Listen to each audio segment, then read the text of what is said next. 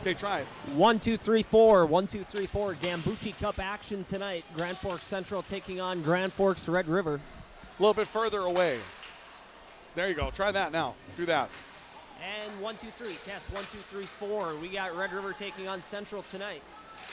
And we should be good. Do you have video coming through, Ryan? Are you testing for video? No. Is the camera on? The camera's on. Wireless receiver is not connected.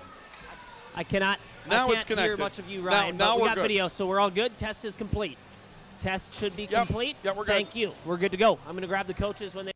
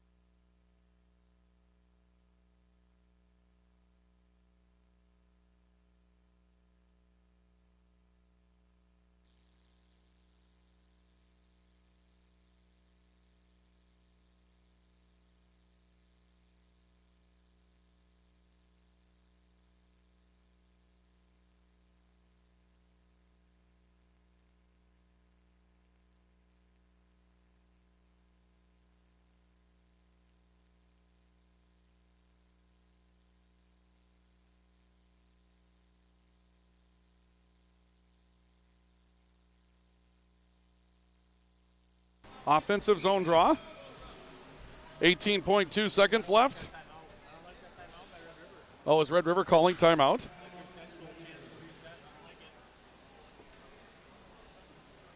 And they have an offensive zone draw coming up, don't they?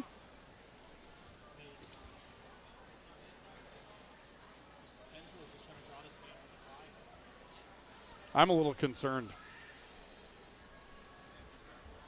How come my other mic isn't working? Oh, now it is. There we go. I got to turn down a little bit too quiet. For those of you that are already with the web stream for tonight, as you can tell, the junior varsity matchup has run quite long. There's still 18 seconds left to go in the third period. And it's a one-goal game. So we'll see how that goes.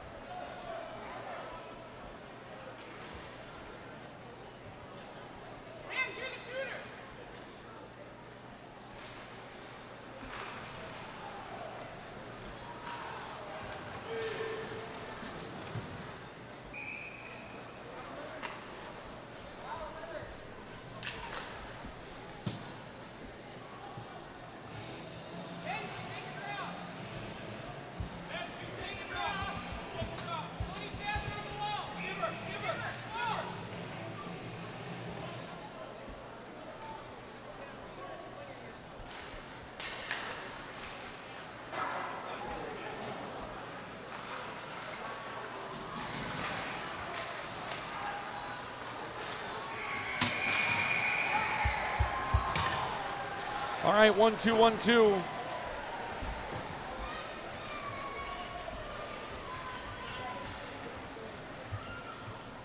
All right, are we ready to go?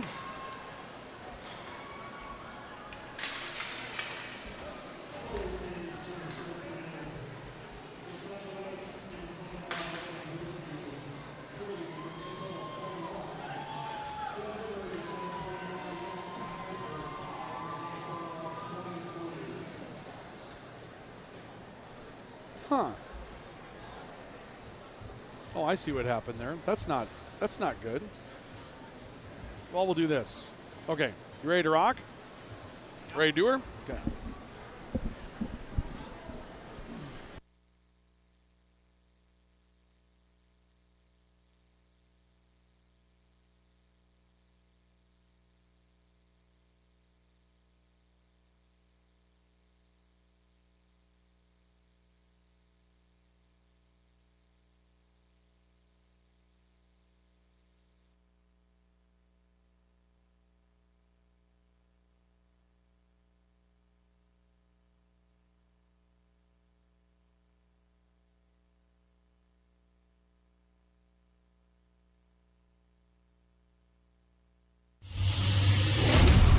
The following is a presentation of KNOX Sports.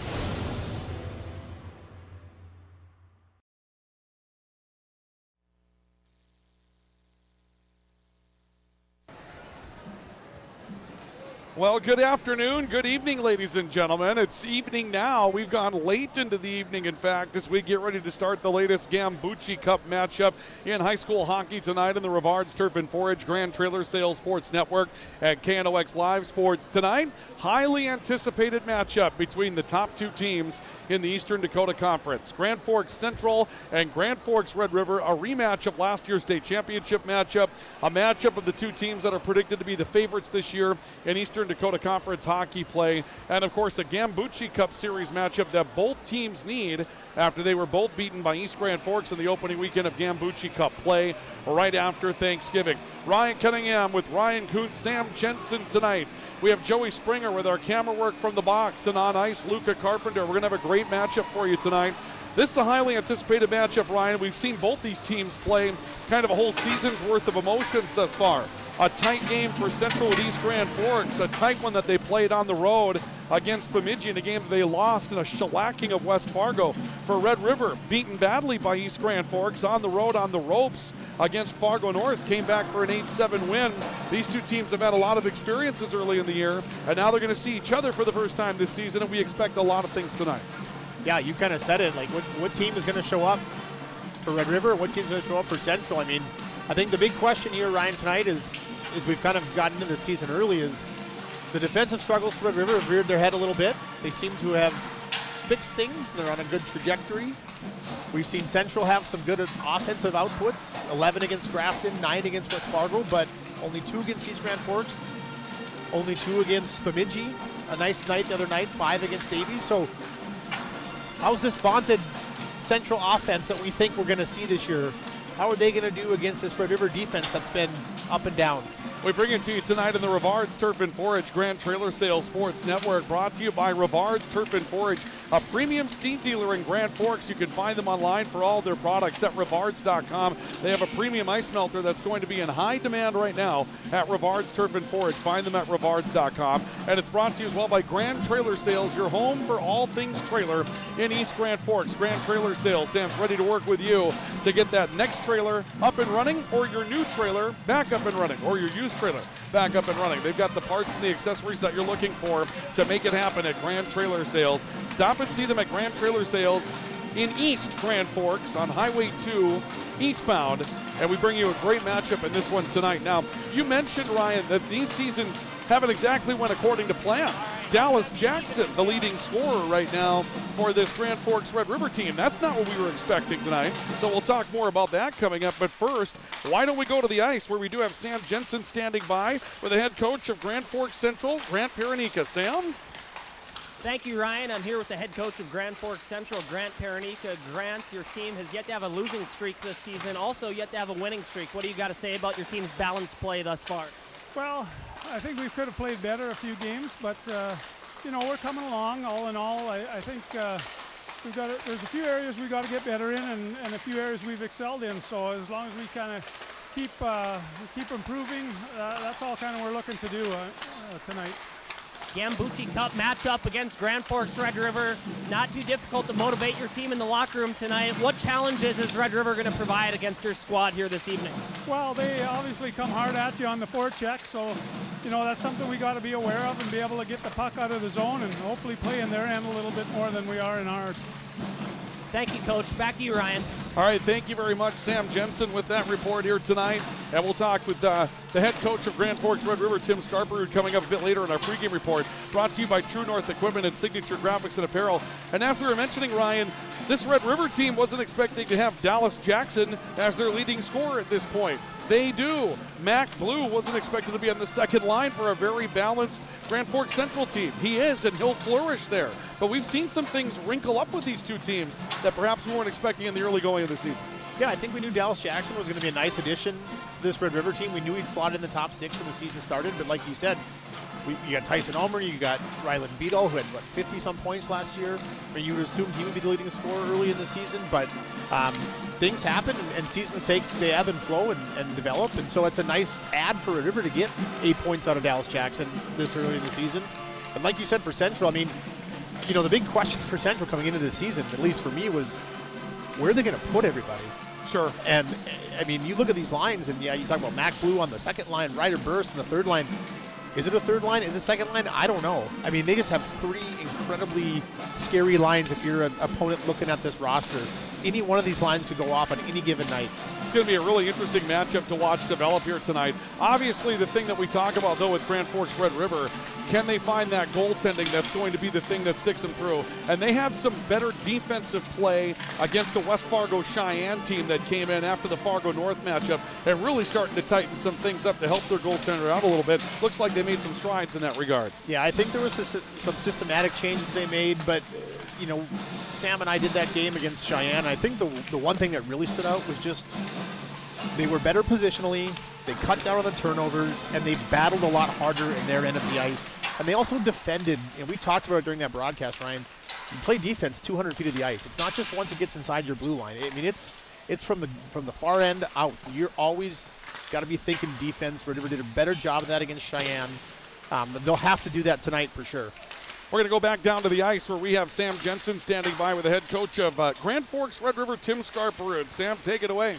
Thank you, Ryan. I'm here with the head coach of Grand Forks Red River, Tim Scarperud. Coach, your team gave up 7 goals in the first 2 games. Since then, you've given up 1 goal. What has been the key to tightening up your defense as a team? Yeah, I mean, obviously, at the start of the year, you work on it, but games always help you, re-energize and refocus and whatnot. And definitely, we've done a lot with it in practice, and hopefully, I'll continue tonight.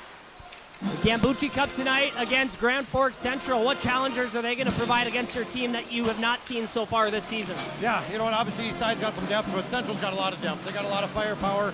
They're going to be tough to handle. We just need to make sure we've got good puck management, get pucks deep, make it tough on them. Make them go through 2 or 3 guys, go through those layers defensively, and make it really hard on them. Obviously a very emotional matchup whenever you go against your crosstown rival. How is your team going to be able to manage their emotions to stay out of the penalty box tonight? Yeah, you know what? You always talk about emotions in games like this, and you want to channel them in the right way. Don't be nervous, don't be too excited, but use that energy, use that emotion in a positive way, and just come out flying and be fast and physical. Thank you, Coach. Good luck tonight. Thank you.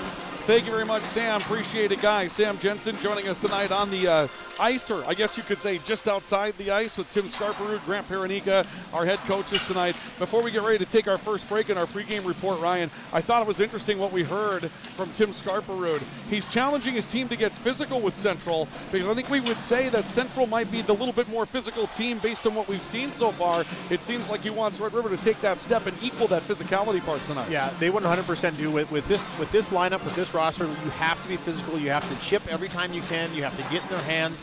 You have to get in their way with the speed that Central has.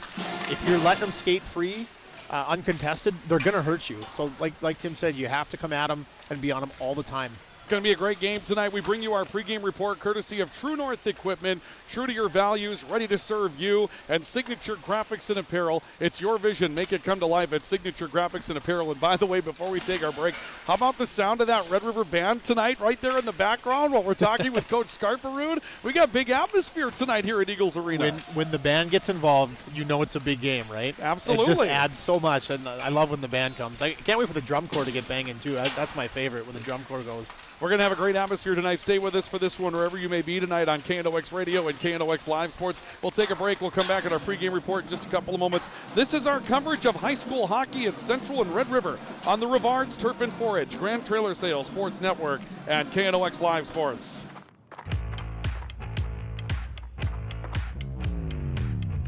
When you're in pain, you need more than just a doctor. You need a problem solver. Count on All True Orthopedics and Sports Medicine and get back to what moves you. Whether it's a golf course, your lawn, a pasture on your farm, cover crop, or even a food plot to help you get that big buck, Rivards Turf and Forage of Grand Forks has developed, mixed, and packaged the premium specialized seed you need for almost every application. Plus, they also carry a full line of ice melter products for your home or business. To check out all their products, go to rivards.com. Grand Trailer Sales in East Grand Forks is your go-to spot for enclosed utility, flatbed, and dump trailers in the Red River Valley. They have the biggest selection on hand of trailers with great pricing. If you're looking for parts, service, or simply to buy, trade, or rent a trailer, stop into East Grand Forks. GrandTrailersSales.com. Spray Advantage of Grand Forks carries everything you need for the chemical and fertilizer application on your farm. They have pumps, tips, and tanks from 3 gallons all the way up to 10,000 gallons on hand. They can help with parts and accessories for the fertilizer and tillage equipment on your farm too. Go to SprayAdvantage.com. Picture yourself at Lake Region State College. With faculty and staff here to help you succeed, we know you by name. Picture your success as you get hands-on ready for the workforce or transfer on to earn your bachelor's degree. Lake Region State College. We change lives. Apex Apparel is your quick turnaround apparel and promotional item shop in Grand Forks. If you're looking for direct-to-garment printing, embroidery work, or a huge selection of promotional items, come to Apex Apparel, your locally owned, family-run, quick turnaround apparel shop in Grand Forks. Your family deserves clean, filtered water. High Plains Water offers Millennium Drink Water System, which delivers great-tasting water and also eliminates harmful impurities. Professionally installed and maintained by High Plains Water of Grand Forks. See them at highplainswater.com. Rust, salt, and time are the biggest enemies for a fuel tank. Never fear, because Grand Forks Welding is here to take care of your enemies for you. We not only fix or patch your tanks, but we can custom fabricate any kind of replacement fuel tanks or service unit. Go to grandforkswelding.com. If you've got an electrical emergency, call RBB Electric. We are your 24/7 electrician. Your call will always be answered by an RBB employee ready to help 24/7. RBB Electric is on time every time. Your time is valuable, and we don't waste it. RBB Electric always... It's hard to explain what this feels like. We could try to put it into words, but nothing compares to experiencing it for yourself. You just have to get in the seat. Visit True North Equipment at any of our 10 locations or at www.truenorthequipment.com. Big Jim's Tire is the area's #1 farm and ag tire supplier, and with harvest here, you want the best. Best tires, best service, and Big Jim's will get it done fast to get you moving again. Big Jim's Tire, Grand Forks.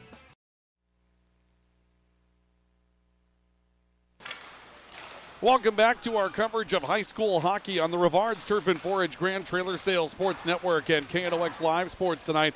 Pre-game show presented this evening by True North Equipment, true to your values, ready to serve you in Grand Forks and in 10 locations around the Upper Red River Valley, and brought to you tonight by Signature Graphics and Apparel. It's your vision. Make it come to life at Signature Graphics and Apparel. Ryan Cunningham, Ryan Kuntz with you again. Joey Springer with camera work up top. Luca Carpenter on the floor. Sam Jensen with us ice side tonight as well.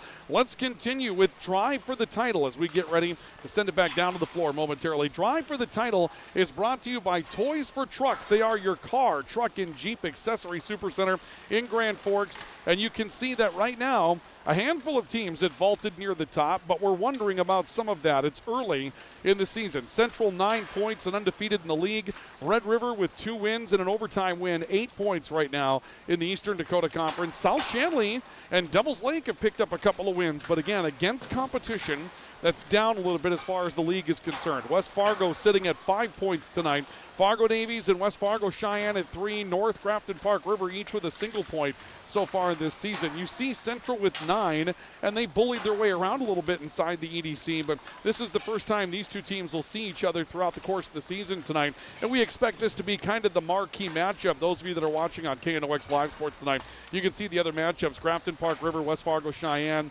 and then of course Fargo North and Fargo South Shanley, which will also be a pretty interesting matchup tonight. But when you see the South Shanley number, you see the Devils Lake number, the competition level, I don't think, Ryan, has been as high for those teams to be played early in the season than perhaps a Grand Forks Central.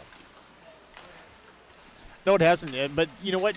It's early in the season. We talked about this last week. You got to bank these points when you can, right? I mean, early in the season, let's say it's easier to win games. But as this season progresses and things start to materialize, teams start to realize where they're at, and the urgency starts to kick in. And all of a sudden, those games get tough in the second half of the year. So bank those points when you can get them, and you have them. They can't take them away from you. Well, and if you're a situation like South Shanley and Devils Lake, they're points you have to have. Because if you don't get those against those teams, it's going to be a real tough run to try to steal some points from a Red River or a Central or perhaps a West Fargo Cheyenne. You had a chance to see Cheyenne with Sam Jensen here. You also saw West Fargo.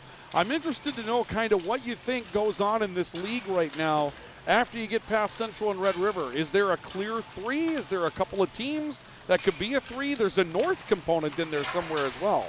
I'm curious about that North-South game tonight, but yeah, I think it's going to be kind of like what we've seen in the past few years where, you know, you got Red River and Central kind of hanging out at top, you know, winning the games they're supposed to win, and then below that, every night you're just not sure what you're going to get. I mean, we saw West Fargo 5-2, they lost to Devils Lake. I mean, I don't think we saw that coming. No, we did not. No, Devils Lake's they got a great goaltender. They got some guys who can skate.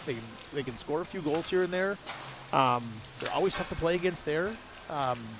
But I think it's just going to be a crapshoot every single night. And I think this is going to come down, as it always does, to the last week of the season where there's just a mess of teams. And teams got to win games to improve their spot in standings. It's really going to be interesting to see what happens in that stack up. Obviously, these two teams are expected to be the front runners in the Eastern Dakota Conference. They play twice, so the Gambucci Cup is part of it.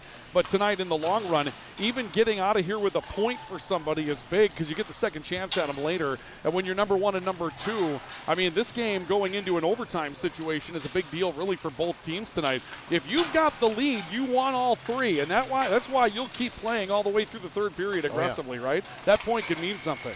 It always does. We talk about it every year. There's a point that, we're looking at Red River right now. Instead of having 9 and being tied with Central, they have 8. Because they went to overtime with Fargo North. Because that North game where they gave up 7 goals. And so when we get down to the end of the year, like, those points, they just matter. It always does. Those 1 points, those 2 points, that one game you lost in early December that you shouldn't have, and all of a sudden you're 2 points back and you could have had those 3 points. Never fails. Absolutely. That's Drive for the title tonight against Central with 9 points, Red River with 8. The difference is an overtime win instead of a regular in-session or regular game win. And Drive for the title brought to you by Toys for Trucks, your car, truck, and Jeep accessory supercenter. Right now, we're talking about automatic starts. If you haven't had one, you've had to freeze in your car in the morning or get out there and start it. Automatic starts that work every time with Toys for Trucks. They'll install them for you as well. And Performance Tires, full line of those to keep your car moving on these icy, snowy, sleety type of streets that we've had in that big pileup that we had today on Columbia. Make sure you've got Performance Tires with Toys for Trucks in Grand Forks. 6105 Gateway Drive on Highway 2 West. They bring you Drive for the title. Our pregame report brought to you tonight by True North Equipment, true to your values and ready to serve you at 10 locations throughout the Red River Valley, and Signature Graphics and Apparel. It is your vision. Make it come to life at Signature Graphics and Apparel. You can see that they have cleaned up what's happening as far as the pregame warm-ups. They're ready to bring out the resurfacer. We'll come back and talk more in a couple of moments, including a look at our game fuel, the players to watch in this one next. This is our coverage of high school hockey. Central, Red River, on the Rivards Turf and Forage, Grand Trailer Sales Sports Network, and KNOX Live Sports. From tears in your car, truck, boat, or farm equipment seats to making boat covers or complete restorations of the interior of your hot rod, Finest Auto Trim in Grand Forks can make the inside of your rides look brand new again. Big or small, at Finest Auto Trim, we can cover it all. To check out our services, go to finestautotrim.com or stop out on Demers Avenue in Grand Forks to get your quote today. When you think breakfast, you think Perkins Restaurant. Whether you keep it simple with a fresh-baked mammoth muffin and coffee or go all out and try the tremendous 12 breakfast, Perkins Restaurant is your breakfast place. Perkins Restaurant and a great breakfast make the perfect team. Since 1972, Jarrell's Sports Center and Hockey World has provided year-round sporting goods, apparel, and of course, hockey equipment and training tools. You'll also find they have a state-of-the-art skate sharpening machine to give you the edge you need for anything sports. Stop in to Jarrell's and Hockey World. Residents of the Midwest are known for being self-starters and getting the job done. But when it comes to electrical work, it's best to call a professional. Hi, this is Steve from Bergstrom Electric. It's true that there's a certain glory to accomplishing a task on your own, but it's our experience that not only will save you time, but also the headaches that go along with home improvement projects. A simple phone call to Bergstrom Electric can make all the difference. At Bergstrom Electric, the light does shine brighter. As guys, we all love our trucks. That's why Toys for Trucks is your headquarters for all things truck. They carry an amazing selection of rims and tires, plus floor mats, tonneau covers, hitches, plows, and even Excalibur remote car starters for any car, truck, or SUV. And the best part? They can install everything for your truck right at their location. Stop out at Toys for Trucks in Grand Forks to customize your ride, or check them out at toysfortrucks.com. Today, the PS stands for proper service for your home, farm, or business, which is what you'll get from the team at PS Garage Doors in Grand Forks. Whether you need a door fixed or just thinking about replacing what you already have, no matter what the size, PS Doors offers the proper service for you. Get your proper service at psgaragedoors.com. Add a pop of color and excitement to your next celebration with Balloons by Misty. Their one-of-a-kind balloon design skills and creativity will make your event unforgettable. It's always a party at Balloons by Misty. Visit balloonsbymisty.com today. Franson Bank and Trust in Grand Forks is a community bank that caters to businesses, farms, and consumers. They provide customized financial solutions with personalized customer service. Let Franson Bank give you the banking relationship you deserve. Real people, real results. Signature Graphics in East Grand Forks is your one-stop shop for all your branding and design needs. From embroidery, vinyl wrapping, laser print, and more, fully customized from start to finish, all in-house. Signature Graphics. We craft your vision. You watch it come to life. Welcome back to our coverage of high school hockey on the Rivards Turf and Forage, Grand Trailer Sales Sports Network, and KNOX Live Sports. Luca Carpenter down there. There's the band that's doing it up. I think they're playing I forget what it's called. I should know the name of this song. Na na na na na na na na na na na na na. Is that what it's called? I think it's just called Na na na na na, right? Yeah, you might be right. I actually have the song on my Spotify playlist somewhere. Spotify playlist. Let me try that again. I don't remember what the name of it is, but I think it was pretty good. Absolutely. And that band has been awesome here tonight. They've been a great addition to what's going on here this evening. We welcome you back to Eagles Arena and our coverage of high school hockey, Central and Red River in the Gambucci Cup here tonight in the Rivards Turf and Forage Grand Trailer Sales Sports Network. Our pregame report this evening brought to you by Signature Graphics and Apparel. It's your vision. Make it come to life at Signature Graphics and Apparel, and brought to you tonight by True North Equipment, true to your values and ready to serve you in the greater Grand Forks area. You can see the countdown clock. We're down to 9 minutes before we put the puck down, or at least start the preliminaries in this one here tonight. Our drive to the face-off is brought to you this evening by Mike's Custom Truck in Northwood and Nelson Auto in Grand Forks. And again, that clock is running and running quickly before we get ready to clash this evening with two very good teams in Grand Forks Central and Grand Forks Red River. And let's take a look at the principles that make up those good teams with our game fuel this evening, brought to you by Circle K, with a new location to serve you on South Washington and Grand Forks that's open 24 hours a day, 7 days a week, 365 days a year.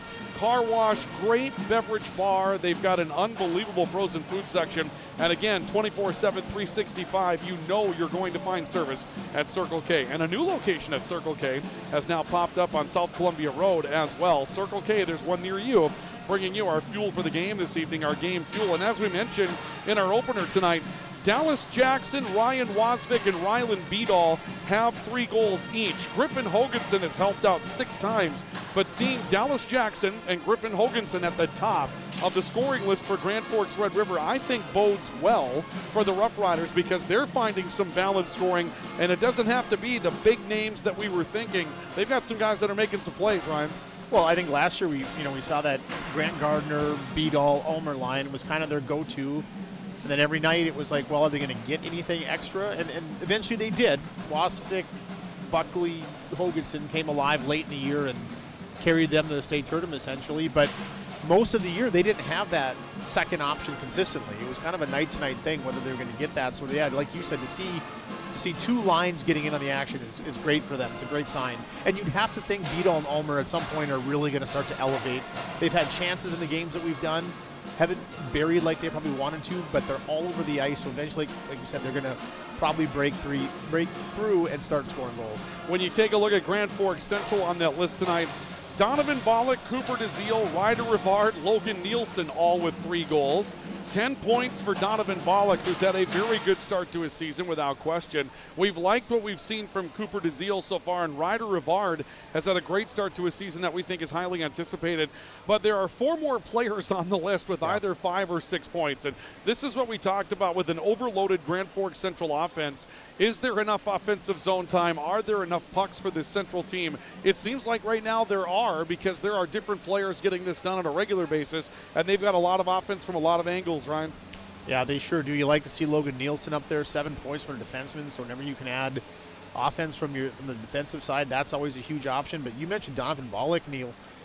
He'll be on their first line tonight, which is not a place where we've seen him play, but man, does he look good. Just his speed, his tenacity, just those 2 things alone, it creates so much offense. Every time he's out there, he just seems to be doing something positive for Central. We should also point out what a great job he's done on the penalty kill. And every time we've seen Central play, he's one of their top penalty killers. He does an unbelievable job at that as well. And special teams going to be a big part of this one tonight. We'll talk about the keys for our matchup coming up here in a couple of moments. Our game fuel this evening brought to you by Circle K, with a new location to serve you on South Washington and Grand Forks, another new on South Columbia Road in Grand Forks, bringing you our game fuel this evening. We continue with our coverage of high school hockey in a couple of moments. Grand Forks Central, Grand Forks Red River in the Gambucci Cup Series tonight here at Eagles Arena. Going to be a fun one. Stay with us. This is our coverage of high school hockey on the Rivards Turf and Forage, Grand Trailer Sales, Sports Network, and KNOX Live Sports. When you need the right part for your pickup, head to Northwood or call Mike's Custom Truck. Amanda will drop ship any part you need: turbos, upgraded fuel pumps, Edge products, and more. Mike's Custom Truck, 587-6335. You've been waiting for a chance to do something that matters, something big. With without a big price tag. Welcome to Northland Community and Technical College. Here you can have a big impact on a small campus in classrooms that mirror today's workplace, with instructors who teach from experience and know you by name. You've been waiting for a place like this. Are you ready?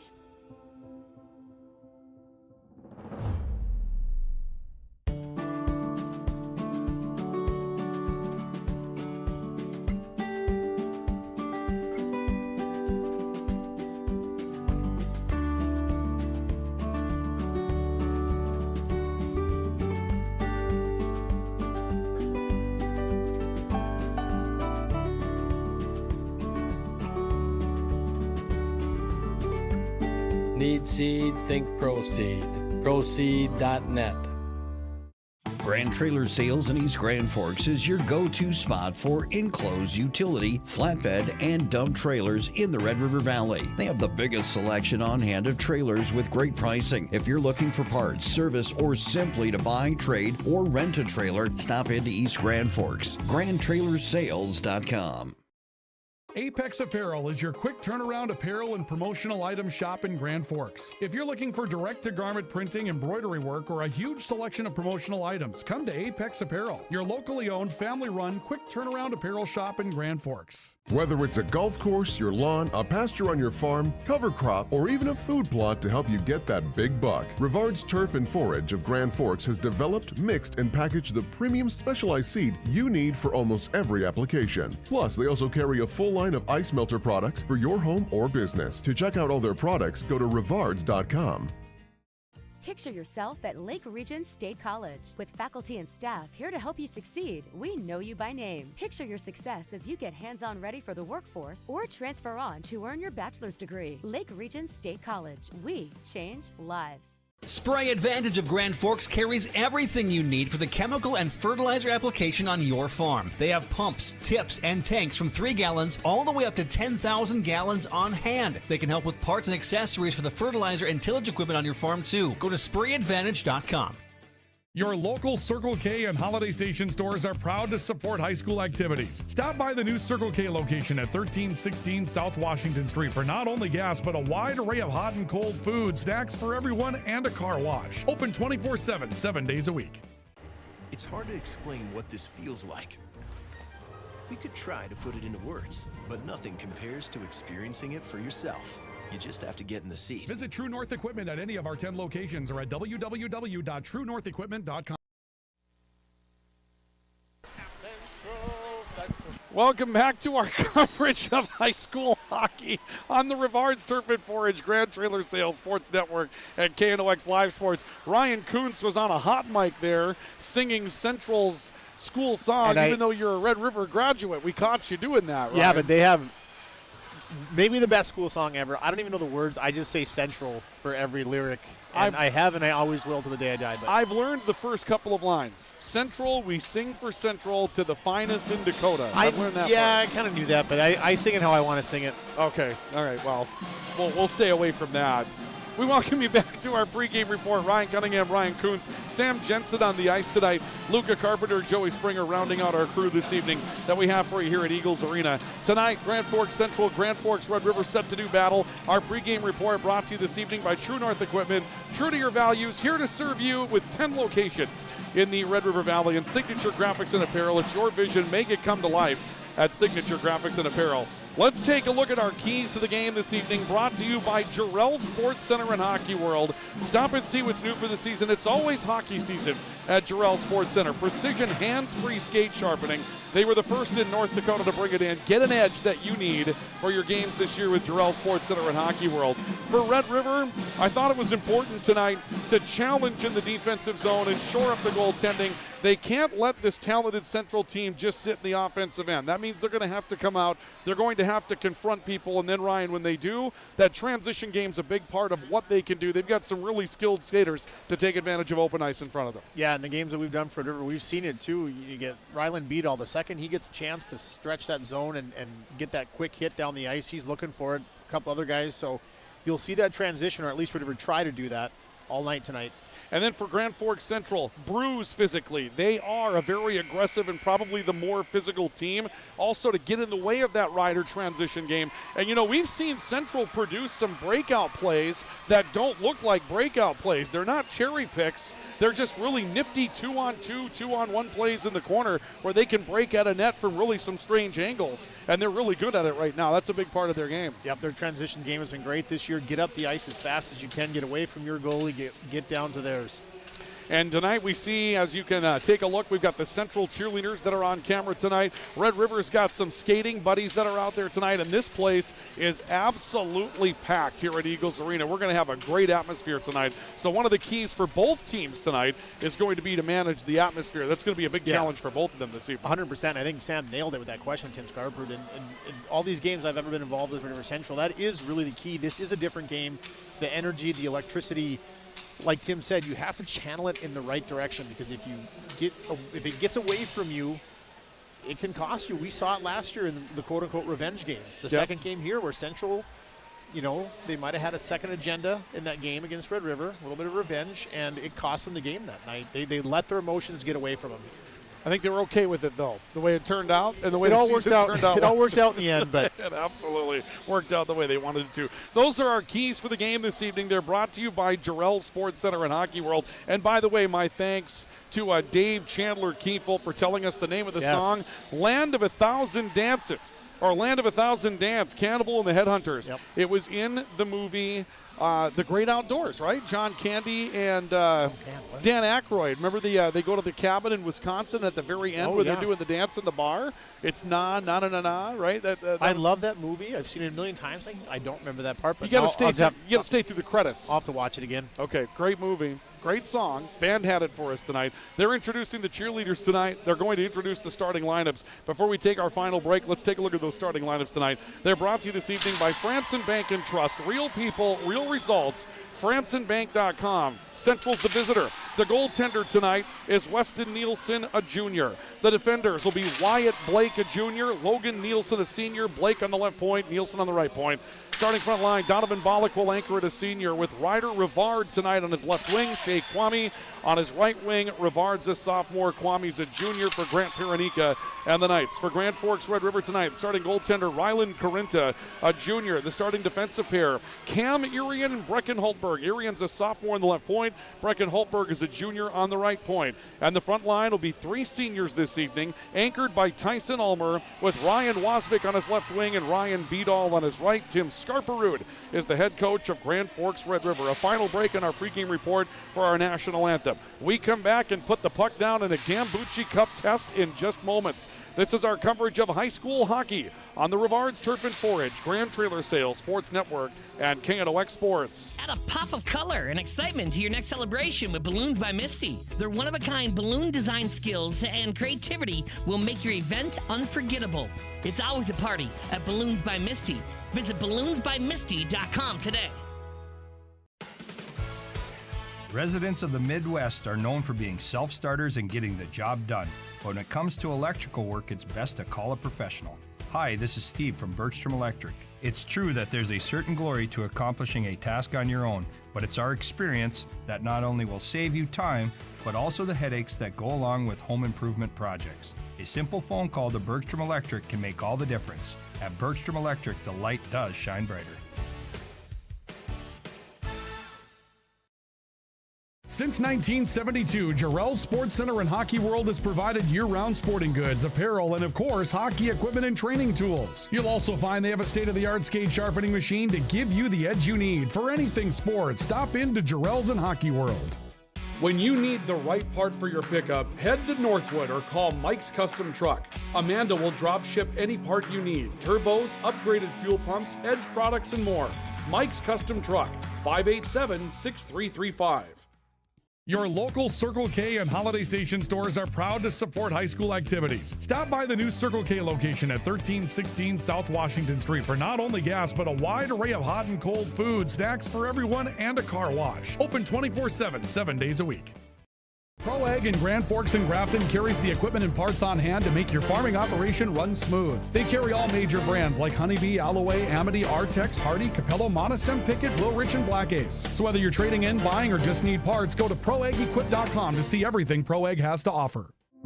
You've been waiting for a chance to do something that matters, something big without a big price tag. Welcome to Northland Community and Technical College. Here you can have a big impact on a small campus, in classrooms that mirror today's workplace, with instructors who teach from experience and know you by name. You've been waiting for a place like this. Are you ready?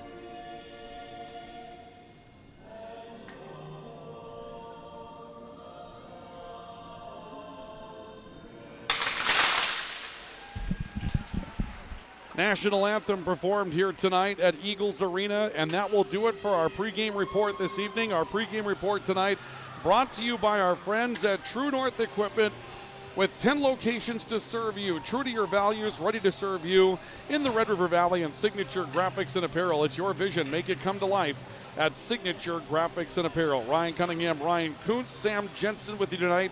Joey Springer and Luca Carpenter in our crew here this evening, and we get ready for the start of what should be a fantastic matchup between Grand Forks Central, Grand Forks Red River. Again, the one difference between these two teams in the league standings is an overtime win instead of a regulation win for Red River against Fargo North. 9 points for Central, 8 for Red River. Ryan, tell us as we get ready to start this one, what's important first shift? What's important that you're looking for out of both these teams in the first 45 seconds to a minute of the game? I mean, cliche, but you got to set the tone a little bit. You know, it's a quick one, right? You get out, get a hit, get the puck deep, roll in the other team's zone for a little bit, get off the ice and feel this one out a little bit. If you're Central, you want to attack quick and really attack Red River right away. If you're Red River, I think you kind of want to maybe feel this one out a little bit. Make sure that we get through the first few minutes for Red River, because this is a Central team that can explode just like that. Don't give up anything silly right away. It's a Red River program that, for really its last 3 full-time coaches, if you consider going back to Bill Chase and then Mike Lemoyne and now Tim Scarperud, they've been very comfortable feeling things out in the early going. Yes, they don't feel the need to go out and get a very quick start, but they can certainly have one. Tyson Ulmer versus Donovan Bollock for the draw. We're underway with Gambucci Cup hockey as Shea Kwame steps in and takes control for Central, flips it back into his own end. Central pitchfork this into an icing call just seconds in.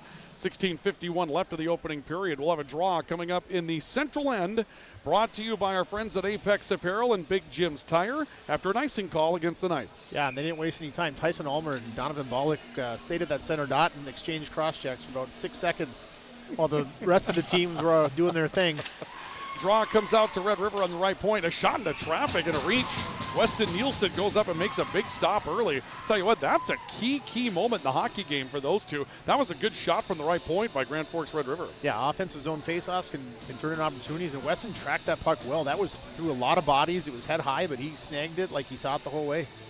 Well, draw in the left circle of the Grand Forks Central zone. Tyson Ulmer again, Donovan Bollock again, as Central and Red River are waiting for someone to really possess the puck for a while to get this one started. And Ulmer wins the draw again, and again a shot that goes whistling in from the right point. Launched in by Brecken Holberg, that's up and over the bar. Riders get back to it. They try to center to Ulmer off the wall. Good pickup by Ryland Beadall. Comes out to the point, a big hit there that will turn Tyson Ulmer back into the corner for control of the puck. He'll play it back towards the near wall. Cam Urian picks it up left point, dumps it back into the Central zone. Another big hit. Tyson Ulmer steps in, rubs Logan Nielsen off his spot. Puck back to Hultberg on the right point. We'll send it down to the near corner. And we'll see Weston Nielsen come away with it on the near side. Correction, Logan Nielsen coming away and sending the puck back into the neutral zone. Breckenholberg back to get it for Red River against a Central change. They change up with the puck going down the ice. Griffin Hoganson got out there ahead of a change and steps through a hit to bring the puck back into the Central zone. Wyatt Blake picks it up off the end wall. A turn to Finn Lockwood, who tries to cycle up the near side boards with it. Central's got a 2-on-1 odd man up the ice, and a whistler by Mac Blue that goes wide of the net. Puck comes back out towards the right edge. Caden Ulmer coming up at the offensive end for Red River. And we've got wide open transition hockey between these two teams early. Puck spins loose into the neutral zone and played down by Red River as the Riders will go off on a change, and Finn Lockwood's back to pick it up for Grand Forks Central. No score on the all-true scoreboard. We've played a minute and a half of the opening frame. We'll see another whistle on a puck sent to the near side, and a draw coming up, I believe, near the neutral zone. But both teams looking to get their transition games going, and Red River has been physical in the first minute and a half of the game. Yeah, they came out that first shift and just banging away. I mean, there were 3 or 4 big hits, but let's go back. Tyson Ulmer, these face-offs in these big games are so huge, and Tyson Ulmer, all that kid does is win draws, and he won the opening face-off and 2 offensive zone face-offs that led to chances for Red River. Yeah, 3 for 3 in draws on a single shift, which is a nice way to start a game and take control for the Rough Riders. Riders in their own end with control of the puck. They'll bring it back out as far as the neutral zone. Cale Gruenberg reaching back for a puck that was spinning behind him. Plays it into the corner for Spencer Vetch. A big play out in front, and a shot that stopped. Weston Nielsen goes down to sit on one right on top of the crease as that puck came off the wall with Spencer Vetch making that big play, and Ray Dushik was clashing in, ready to go to work right on top of the crease. Great play off the wall by Vetch. Yeah, big heavy line there with Vetch and Dusick. And that was, like you said, a weird bounce off the wall. I think Central's defenders just lost track of the puck. It gets thrown out front. Point blank chance, but Weston Nielsen there again for another big save early for Central. He's been a good goaltender for Grand Forks Central in the early going. They've had Rylan Burke play minutes as well, and both have had their moments for Grand Forks Central in the early part of the season. Another draw back in the night zone. Played back out into the neutral zone. A reach down for Trey Clausen. Both team with their third lines on the ice at this point. Behind the net, a breakout for Boone Kanta. He'll play it back out as far as Clausen on his own blue line. 3-on-2 odd man, and now Kanta plays one into Rylan Corinta, who comes over and makes a save against the chest and holds for a whistle. So Central comes back and tests Red River's goaltender with a whistler. Yeah, I like that shot by Trey Clausen. Kind of an even man rush situation. Just lets that shot go right between Red River's defensemen. So he's using the defenseman as a screen. Corinta tracked it, made the save easy, but I like the idea there by Trey Clausen. See a whistle, and it looks like we'll have Tyson Ulmer thrown out. Interesting matchup now. Red River goes back to their first line here with the puck in their own end against the third line for Grand Forks Central. So we're seeing that mixing and matching going on early. Jace Mason behind the net for Red River cycles a puck up the far side boards, trying to get a breakout going on the far edge for Rylan Beadall. The puck went loose on a hit, comes back into the central end. Loose puck controlled there by Wyatt Blake with a breakout pass. That will end up floating on Red River's net, and the Riders go back to get it in transition. Touch up on the far side wall again by Jace Mason. Cycled back out to the neutral zone and picked off by Rylan Spicer as some of the fourth line comes on the ice now for the Knights. Puck on the near boards, and Jaeger Thomason trying to break one out. It floats up into the webbing on the far side of the ice, and we'll see a draw coming up in the Red River zone.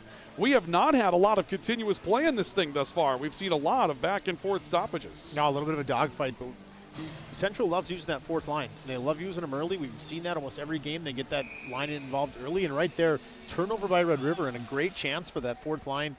Red River defenseman got a stick on that puck and deflected it wide, but a great look there for Central. Rylan Spicer in the face-off circle for the Knights, and he'll be ushered out. And we'll see Jake Spicer step in to take his place on the dot to the left of Rylan Corinta in the Grand Forks Red River zone. A loose puck right off the draw that came off the wall. Jake Spicer tried to fire it in, hit the side of the net, and it goes loose to Red River back behind their own net. No score on the all-true scoreboard. We played 3 minutes of the opening period. Puck on the far boards. Reed Krogstad plays it back into the central zone.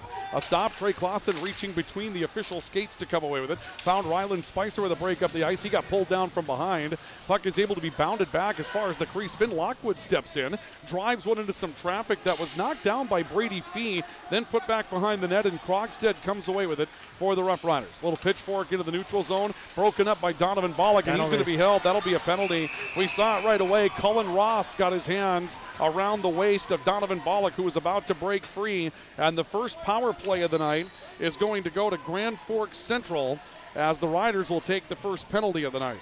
Yeah, and that was just a play. Reed Krogstad, you saw him go on the bench frustrated. He had more time, and he just tried to flip a puck into the neutral zone, but kind of whiffed on it, and then it turned into a a turnover and a transition for Central, and they were forced to pull down. I don't even know who it was, but it's going to be a hooking call against Cullen Ross. The time of the penalty will be at 3 minutes and 29 seconds of the opening period. And a power play for Grand Forks Central, brought to you by RBB Electric, on call, on time, and online at rbbelectric.com. So the Knights the first to special teams tonight. I wouldn't say that was an emotional penalty, though, against Ross. He saw Donovan Bollock getting away and had to do something. Yeah, it might not have been a bad penalty to take. No, and Donovan may be the fastest guy on the ice tonight, so if he gets a step on you, you're in trouble. Yeah, you're right. Probably not the worst penalty to take. Back behind the Central net, Mac Blue taking a feed, coming out off the right side from Finn Lockwood in front of an absolutely packed house, even on the end of the ice. Down in Central's end where they've got end seating behind the glass. Puck will come back out to the neutral zone. Lockwood reaches back after it on the double red line, turns it back off towards the left and found Gavin Walkenfoot stepping up in a quick shot that's knocked down by Rylan Carinta. Good wrister that's taken off the left wall by Ryder Burris out of the power play unit. And we'll see a draw coming up in the Grand Forks Red River zone with officially a minute 21 left on the power play clock. That was a good shot by Ryder, and I think it looked like to me that got tipped. It looked like it hit Cam Murion's stick on the way in and kind of changed directions, but Carinta, solid save there. So we'll see a draw on the Red River end with 12:52 to play in the opening period. Scoreboard updates brought to you by Altru. Regular screenings with Altru's care team can detect illness before symptoms begin. Stay in the game of wellness. Schedule an appointment. Visit altru.org or call 780-5000.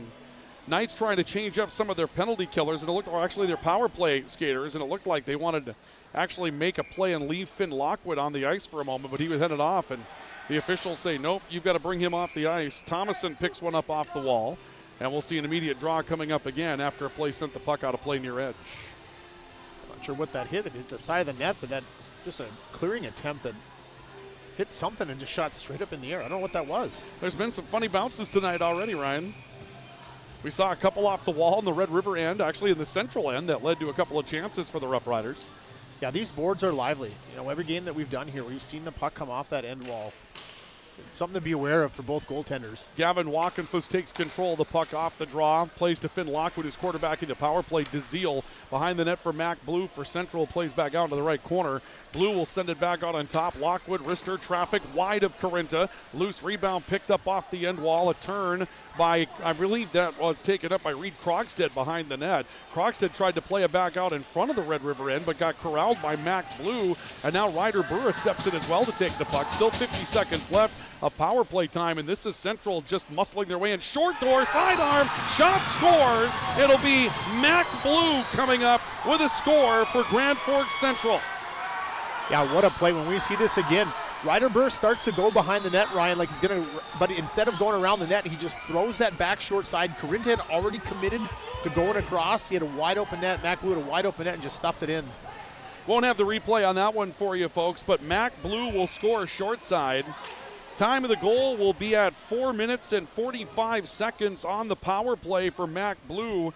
And Grand Forks Central will take a 1-0 lead over Grand Forks Red River. We had mentioned at the beginning of the game, special teams could be a huge factor in this one, and it turns out to be a big factor in the opening game. Well, and Central's power play is it's always so dangerous. If you give them chances, they're going to bury on you eventually. The assist will go to Burris on the goal, so it'll be Blue from Burris on the goal. So Ryder Burris comes up with an assist as well. Time of the goal at 4:45 on the power play, and Grand Forks Central takes a 1-0 advantage in the early going over Grand Forks Red River. Puck back in the Red River end after the Riders have been able to come up ice on the ensuing draw. And now a hunt for Brecken Hultberg back behind the Red River net to get up to it. This will be cleared, flips on an edge, and wiggles its way all the way down past the goal line. And we'll go back into the Red River zone for a draw. Great play that was set up as well by Central on that goal. Mac Blue picked a spot, stayed there, and had confidence in Burris to make a play off the end wall. Well, and we'll go back. I mean, all goals start somewhere, right? But there was a loose puck behind the net. A Ryder defenseman got there first. Mac Blue smartly just tied up that Ryder defenseman stick so he couldn't ice the puck. And then he got help in, and then for 30 more seconds, that puck stayed in. They worked it around, eventually got the goal. So a great play by him. He started it and he finished it. It was the next thing, too, that we talked about on the pregame report. If you're Red River, you can't let Central just stand in your offensive end. And obviously it's tough on the penalty kill, get it, but that's what happens when Central gets to stand around and play offense. Knights leading by a score of 1-0. Red River dump in. Finn Lockwood will pick it up off the end wall for Central. Plays back far boards. Brady Kirkeby reaching in. 2-on-2 digging match for the puck. It works back out towards the right point. Cullen Ross taking a look. Drives one wide. Comes back on the left side boards and a cycle back over to get it for the Rough Riders. Ryan Wasvik checking behind him. Plays out for Dushik between the hash marks. Then goes loose and Kazim Panzer will reach down to take control for Central. Plays it up the ice. Clausen trying to drag his way around Krogstad, and Krogstad just put him down on the ice hard. And then a big hit behind the net laid in by Spencer Vetch, who's had a couple of big hits and a big play tonight. There's another by Spencer Vetch, throwing a body against Nielsen. And now Nielsen retaliates and a puck goes loose to the crease where it's flipped at Ryland Corinta but knocked away. Central goes back to get it. That was a physical shift and Spencer Vetch is trying to lead the way. Wow, they got that heavy third line, and then you get Reed Krogstad, football player out there, and he loves to hit. He's not passing up chances to hit, so huge hits of that shift for Red River. Puck comes back into the neutral zone and Ryland Beadall brings it in, but offside is the call against Red River. May have had Tyson Ulmer just ahead of the line in the near wing. And so we'll draw on the Central line with 10:21 left. Draws tonight brought to you by our friends at Big Jim's Tire, your #1 supplier of egg tires in the region, and brought to you this evening as well by Apex Apparel, your hometown quick turnaround promotional goods store in Grand Forks.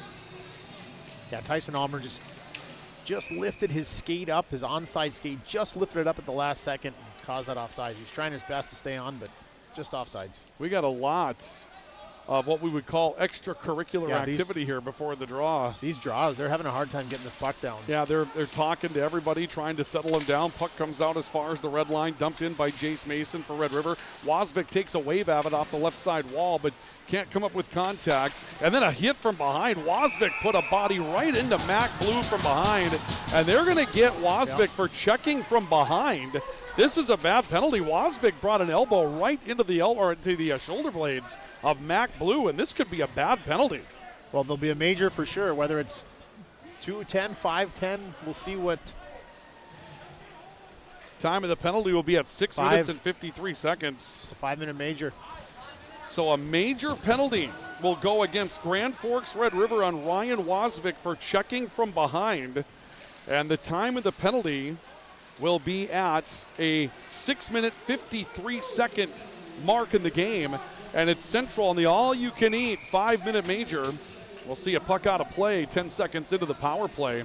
So a 5-minute major. I believe Wasvik stays in the game, but just threw a hard forearm right into the back of Mac Blue, and it was right in front of an official that was trailing the play. Yeah, and we talked about this for the game, and Scarper mentioned, hey, we want to be physical. And yes, you do, but you have to be smart about it. That was not a smart hit. If you see numbers, you have to pull off that. You cannot follow through on hits like that. Burris to the doorstep and a rebounded puck for Mac Blue that will score. And Grand Forks Central has won on the major penalty with 4:37 to go. Mac Blue has his second goal of the game, and it's 2-0 Central on a power play goal for Mac Blue. And like you said, all you can eat, that's just going to stay. They're going to stay in the box, so they're going to get a feast on this one here. Time of the goal will be at 7:11 of the power play. Let's take a look at it again in the American Family Insurance Tyler Nagel Agency replay. You're going to see this play with Mac Blue again, just hunting in front of the net. There he is in the left circle, waiting for that rebounded puck, and he comes up with a score. And Grand Forks Central finds themselves on the board for the second time on the power play in the game. They lead by a score of 2-0.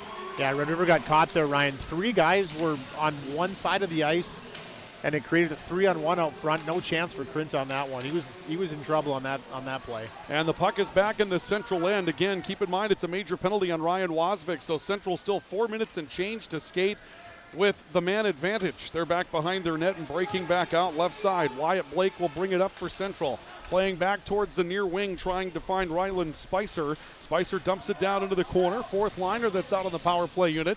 Central picks it up. Quick shot from the right side, and Ryland Corinto will make a stop on a play that came back for Ryder Rivard, who has been a goal-scoring assassin for Central so far this year. Young player stepping up, playing big minutes. Yeah, great job of Ryder getting that puck through. It was kind of a tough shot. Normally he doesn't go center mass on those. Usually he finds a corner, but luckily for Red River, that was right in the logo. They draw again in the Red River zone. Loose puck is picked up by Cam Irian, who steps back behind the goal line, clears the puck, and now shorthanded chance for Tyson Ulmer coming up the ice, and Weston Nielsen felt the pressure, steps out of the crease and plays that puck up against the wall to keep Ulmer from coming in against him with the puck. Yeah, smart play by Weston there to get that puck out of there. Wachenfuss leaves it back in his own zone. Finn Lockwood will try to send it up the near side boards. This deflected in the air near the scorer's table. Comes down on the ice. Cooper DeZiel coming over below us, looking to try to get control of it, as some pressure from Dallas Jackson for Red River was there to try to break up control of the play as well. Pass towards DeZiel in the corner. He'll lose the spot. Cam Irian comes to it first. Plays to Brecken Holtberg, and another clear. And it looks like Red River's trying to find a little bit of rhythm here on the penalty kill defensively. They were a little helter-skelter in the first couple of minutes of it. Yeah, that first goal, they were so far out of position.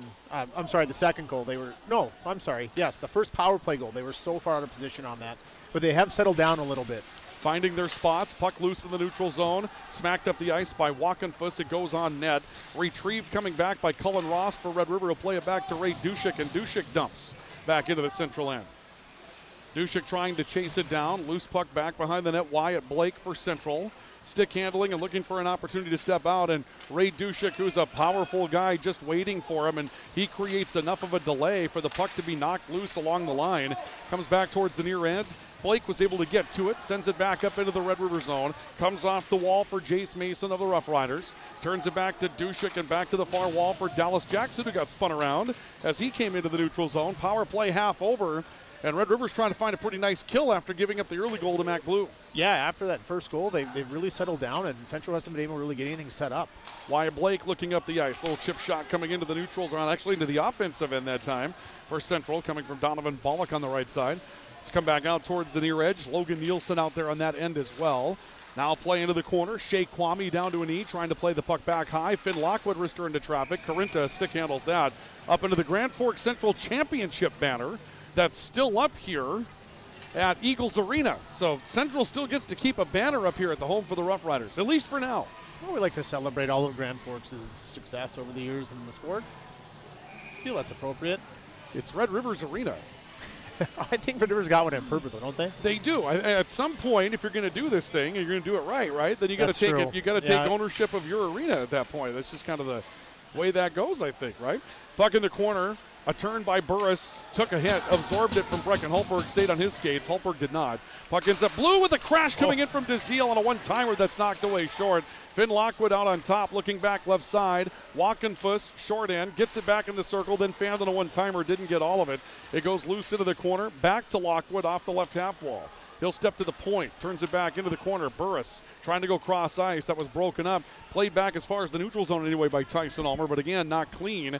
We're down to the final minute 15 of the power play. 2-0 Central on the all-true scoreboard, and they're on the power play for another minute 8. That's been a 5-minute major penalty. Central got one early.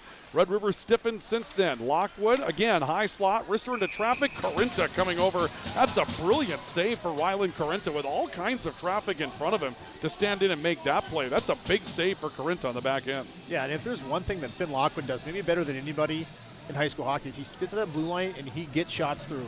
He just finds a way to get that puck through. It's not always the hardest shot, but it always gets through. I think, we did a game last week where he had maybe 4 or 5 shots. What game were we at? Was it West Fargo? Yeah, he had like 4 shots in the first 5 or something like that. Spencer Vetch, who's had an active night, comes up into the neutral zone. He's got Dushik with him. A stop by Vetch on the left point, plays it down deep. Wyatt Blake for Central's there. Turn back to Logan Nielsen, left wall, and Nielsen takes a look back up ice. Power play coming to an end with 40 seconds to go. On that man advantage for Central. It's dropped loose to the left point, picked up for the Knights by Rylan Spicer. Spicer comes back, high slot. Blake looking left side. One-timer from Nielsen, whistles wide. Puck will ring off the near side boards, floats back as far as the line. Picked up on the line by Spicer. He'll turn it back to Blake. Now Spicer again, right point, down to the corner. Quick short-sided attempt again. Nielsen picks up the loose puck. Back to Spicer from the circle, shot blocked. Good block coming out to confront that with Spencer Vetch. He's done all the dirty work tonight for Grand Forks Red River. Down to the final seconds of the power play. Kwame comes up ice. He's down numbers, but stick handles around pressure. Drops one off to Bollock, wrister, and Rylan Corinta comes over to make the stop to end the power play. Boy, Central against 4 defenders at the end of that power play found a way to get a chance. Yeah, that was all Shea Kwame there. I mean, it was a 2-on-4, like you said. Central had just gone off on a change, and Shea just held the puck, held, made some plays, and then dished to Bollock for another great opportunity to end that 5-minute power play. But if you're at River, you got to feel pretty good only giving up one there. That felt like it could have got ugly. Especially giving up one in the first seconds of the power play and still killing 4.5 minutes after that. I mean, there was a ton of time left on that major penalty after Mac Blue came up with that score. And Blue on the second line has 2 goals tonight as Red River will ice the puck back down the ice. Will come back into the Red River zone for a draw.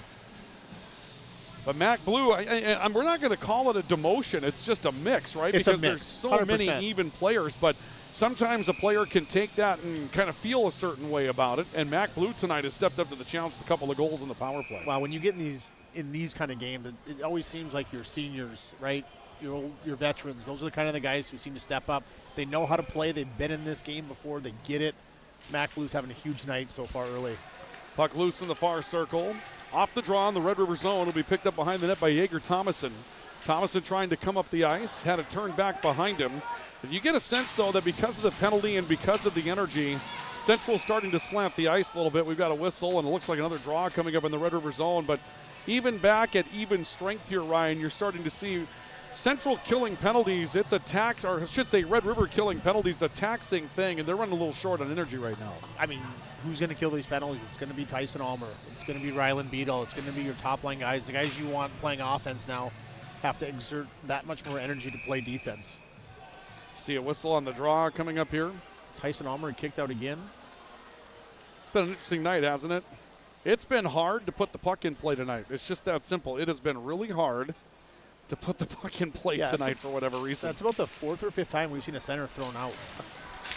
And it's the first period. There's still 4.5 minutes of it left to go. Red River ring a puck back up the ice, another icing call. I don't think the Riders are doing that intentionally in those moments. They're trying to find something, but they're just a player late or a player short somewhere and trying to get their transition game started. Yeah, it's a little bit of set play, win that drawback, chip off the glass. You have guys going. They haven't hit it. But when you keep icing it like this, Ryan, and keep having draws in your own end of the ice, eventually that might bite you. Yeah, and plus it just seems like you're backed up in your own end. It's a mental thing, too. Mac Blue will pick up the puck. He's looking for a natural hat trick. There's a shot from the right point. Corinta makes a save. Ryder Burris stepping up and sending in a whistler, and Rylan Corinta into the butterfly to make that stop right between the blockers. Yeah, if I'm a Central player and I see Finn Lockwood get that puck at the point, I'm going right to the top of the blue paint and just standing there because you know that thing's coming through. Get a stick on it, get a rebound. Another draw won by Grand Forks Central. Another whistler into traffic, that time from Burris, and this time a reach out for Corinta, and Cooper DeZiel's being escorted away from the top of the crease. Now Mac Blue gets into it with Ryan Wasvik, and we've got some jerseys being tugged to get people away from one another, but it looks like no harm, no foul, and we'll draw coming up in the Riders zone. Yeah, Cooper kind of came in, and I think Corinta just covered it, and Cooper was going in for a poke. Nothing crazy, but when you poke a goalie, you're going to get some attention. You have to defend your goaltender, right? You have to. I mean, if he's got a glove on the ice, I know it's the high school game and whatnot, but it's the way the game is played, and sometimes there really isn't a problem with that, right? Walkenfuss stepping into the corner, loses a puck to Griffin Hoganson. Hoganson will play it back out to center ice, and here comes Dallas Jackson and Red River. Jackson skating around a referee, being escorted into the corner by Wyatt Blake. Hoganson trailed the play, was able to come up to it. Now he hooks up with DeZiel in a confrontation. Puck back to the left point. Cam Urian looking, stepping away from traffic, flips off the wall to himself. Tried to play it back down the line for Hoganson. It comes back to Urian. His wrister gets broken up, and the loose puck shoveled to DeZiel from Wyatt Nielsen. And here comes Central back up the ice. It'll be dropped back to Walkenfuss, who takes a two-man hit. That knocked the puck back loose in the neutral zone. Dallas Jackson trying to chase after it, and Red River will change. Central gets control, and Rylan Spicer comes up the ice. Spicer in the circle trying to get to his backhand. Flipped it back towards the net. He was looking for Brady Fee, who was standing tall atop the crease. Fee ended up getting turned into the corner. Spicer flips an awkward puck in towards Corinta, who stays with it. Reaches down, makes the grab, and will draw once again in the Red River zone. We're down to 3:21. The shots, Ryan, 14-2 in favor of Central. Obviously, the penalties, yeah, right? You know, but 6-7 minutes in power plays. But Red River had a chance down here to take a shot on net. I think Cam Urian had on the point, didn't take that chance. You got to start getting pucks on net and test Weston Nielsen a little bit. Red River, since the early minutes of the game, really hasn't had a chance to stand in and play a lot of offense, not just because of the penalty kill, but even when they've been up ice, they haven't been able to possess for a good stretch of time. Central's been able to stand up inside the Red River blue line for a lot of the game tonight. Ryan Wasvik getting away, looking towards the net, and actually had Tyson Ulmer. Ulmer ended up skating over the puck. He didn't think he was going to get it. It floats back in, and Weston Nielsen will cover it up. And we will see now an offensive zone draw for Red River. Yeah, you mentioned it. I mean, up until that 5 minute, I mean, I liked the way Red River was playing. A lot of energy. They were getting the puck deep. They were physical. That 5 minute major, that took a lot out of their sails. Donovan Bollock will draw against Tyson Ulmer. First line. Wasvik hit the side of the net. Man, that looked better from here than it was. They get it back to Wasvik. He fishes at it, and the net's off its pegs in the central end. Wasvik got one away off the draw from the top of the right circle, and it hit the side of the net. And for a moment, from our vantage point, it looked like it hit the inside of the side of the net. Yeah, great draw play again. Tyson Ulmer wins that draw. That's obviously a set play. He went right back to where he wanted to. See what they do here. Tyson taking it again. Bollock versus Ulmer once more for the draw. It stands right in the button and comes back to the bottom of the circle where it's picked up by Finn Lockwood for Grand Forks Central. Lockwood coming out right side, finding Shea Kwame. Kwame got spun around as he got into the circle. Picked up again hard. More physical play from Red River. They've really tried to establish that tonight. Haven't had the chances on the penalty kills thus far, but when it's been 5-on-5, they've done a nice job. Ulmer coming up the ice, got a hold of a puck after slipping, tried to put it in on net, sent it wide. Wasvik looked to pick up the rebound. It comes back out to the neutral zone. Wasvik plays it down, but Red River's offside if they touch up. Finn Lockwood will take it while Red River changes. This will be pitched back up into the offensive end by Ryder Rivard for Grand Forks Central. Another huge collision with arms coming up high. Donovan Bollock got right underneath the chin guard on Cullen Rost. Back underneath the Red River net. Puck comes out to the right point. Dushik trying to come up ice with it. Knocked down along the double line. Finn Lockwood will dump it back into the Red River end. Krogstad behind the Red River net looking out for Dushik. Picked off. Puck goes loose in the circle. Dushik was able, Krogstad able to step back to it. Works back towards the near boards. Red River trying to break out. Turnover. This is Burris. Burris had it on his backhand and just missed. Burris forced a turnover, had his stick taken away in his forehand, flipped to his backhand and ended up coming up wide. He forces a shot from the high slot, and a collision will send it back out into the near corner. It's dug for there, comes back into the circle, picked up by the Rough Riders' Cale Gruenberg, who comes to Dushik up in the neutral zone. Dushik fanned on a dump in. The loose puck will go to Brady Kirkaby for Grand Forks Central, and they fight for control right on the line against the far wall in the neutral zone. Clock to 1:25 to play opening period. Central leading 2-0 on the all-true scoreboard. Riders put it back in, and a chase by Griffin Hoganson. Out of the crease, Nielsen looking to play it behind his own net. Turns it back up the ice. Kirkaby now Clausen, who gets fronted. Cullen Rost, correction, that was taken by Caden Ulmer for Grand Forks Red River. Back to Brecken Hultberg, up the ice. Hoganson, right point and attacking. Works down towards the circle, comes back behind the net. 1 minute to play of the period. Out to Irian, high slot, shot blocked by Mac Blue. Loose puck to Hultberg, that's up and over Nielsen, who tried to stand tall. Take it off the shoulders and missed it. And now the puck near side, Blue into a 2-on-1 odd man, makes the pass. Walkenfuss will fire and score! 2-on-1 odd man rush for Grand Forks Central, and the Knights will score the third goal of the period and take a 3-0 lead. Yeah, Ryan, when we look at this goal, this is about the third or fourth time that we've seen this. A strong side pinch in the offensive zone by a Red River defenseman, which is kind of a no-no because when you get beat in that situation, it's always an odd man situation or an odd man rush the other way, and that's exactly what happened here. American Family Insurance, Tyler Nagel Agency replay. Yeah, watch the pinch here. The pinch is right there, as you mentioned it. And the puck just flipped wide, and that allowed Mac Blue, who's already got 2 goals, sets up Walkenfuss, who takes the wrister and scores. Brilliant finish to the 2-on-1 odd man rush for Grand Forks Central. And it'll be Walkenfuss from Blue, who's on the board with 3 points in the period. 3-0 in favor of Grand Forks Central. 30 seconds left to go in the opening frame. Riders breaking out. They've got Rylan Beadall right side. Dumps it back to Ulmer trying to fight the crease. Instead it goes loose to the far corner to turnaround. And here comes Central in the final seconds of the opening frame. They send it right side wall, and Central is going to be offside. We turn back into the Red River zone. Beadall picks it up, steps up in the offensive end, drags back forehand side, dragged around a defender, set up a shot for a score. Tyson Ulmer barred down on a wonderful play on the near side with 3 seconds left of the period, and Red River gets one back. Boy, Central didn't think that went in. I was a little bit skeptical too. I mean, an unbelievable play by Beadall to slide it over to Ulmer. We'll take a look at the American Family Insurance Tyler Nagel Agency replay. We may not see it a whole lot better, but look at this play. Oh, boy. Beadall stepped away from 3 different defenders and set up the shot. I thought it got up and underneath the bar. I thought it was in. Central didn't think it was in, and now they're going to talk about things before we continue. No, I think they're just going to keep this a goal. I don't think there's any discussion here. Maybe just hearing out Central's bench, one of the officials, but Time of the goal will be at 16:57 of the opening period, and you talk about a period that you dominate and then give up the final play for some momentum, and it's 3-1 instead of 3-0, and that could be a key moment in the game despite the fact that Central leads by 2 going to the intermission. yeah, I mean, that for Tyson Almer, that's a huge goal. I feel like 3-0 going into the second is a real big ask. 2 feels a little bit better if you're Red River. But yeah, what a great individual effort by Beadall. Grant Paranika will step over and talk with our Sam Jensen, who's standing by outside of the bench. Let's go to Sam Jensen, who's standing by on the floor. Sam? Here with head coach Grant Paranika of Grand Forks Central. Coach, things went really well for you, particularly on the power play in that first period. What was the key when you were a man up?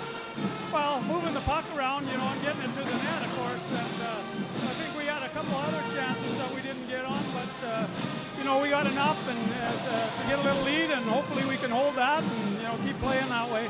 Mac Blue with 2 goals and 1 assist in that first period. What was he doing right that led to that success on the stat sheet? Well, getting to the net and getting the puck on the net, of course. He's kind of been a little snake bit for us the past few games, and it's good to see him get on the board and get rewarded for his efforts. Thank you, Coach. Good luck the rest of the way. Sam Jensen joining us with Grant Paranika, the head coach of the Grand Forks Central Knights here tonight as we make our way to our intermission report, brought to you by High Plains Water, your source for awesome water in Grand Forks, and Grand Forks Welding and Machine, the Men of Steel. After 1, it's Central 3, Red River 1 on the All-True scoreboard. We'll come back with your intermission report next. This is our coverage of high school hockey on the Rivards Turf and Forage, Grand Trailer Sales Sports Network, and KNOX Live Sports. If you've got an electrical emergency, call RBB Electric. We are your 24/7 electrician. Your call will always be answered by an RBB employee ready to help 24/7. RBB Electric is on time every time. Your time is valuable, and we don't waste it. RBB Electric always calls ahead to schedule service. We are online always. If you suffer from slow download speeds, call our certified network designers and installers. On call, on time, and online. RBB Electric won't leave you in the dark. RBB Electric, your 24/7 electricians. When you think breakfast, you think Perkins Restaurant. Whether you keep it simple with a fresh baked mammoth muffin and coffee or go all out and try the tremendous 12 breakfast, Perkins Restaurant is your breakfast place. Perkins Restaurant and a great breakfast make the perfect team. Rust, salt, and time are the biggest enemies for a fuel tank. Never fear, because Grand Forks Welding is here to take care of your enemies for you. We not only fix or patch your tanks, but we can custom fabricate any kind of replacement fuel tanks or service unit. Go to grandforkswelding.com. Men of Steel.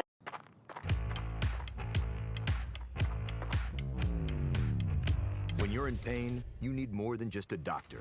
You need a problem solver. Count on All True Orthopedics and Sports Medicine and get back to what moves you. Your family deserves clean, filtered water. High Plains Water offers Millennium Drink Water System, which delivers great-tasting water and also eliminates harmful impurities. Professionally installed and maintained by High Plains Water of Grand Forks. See them at highplainswater.com.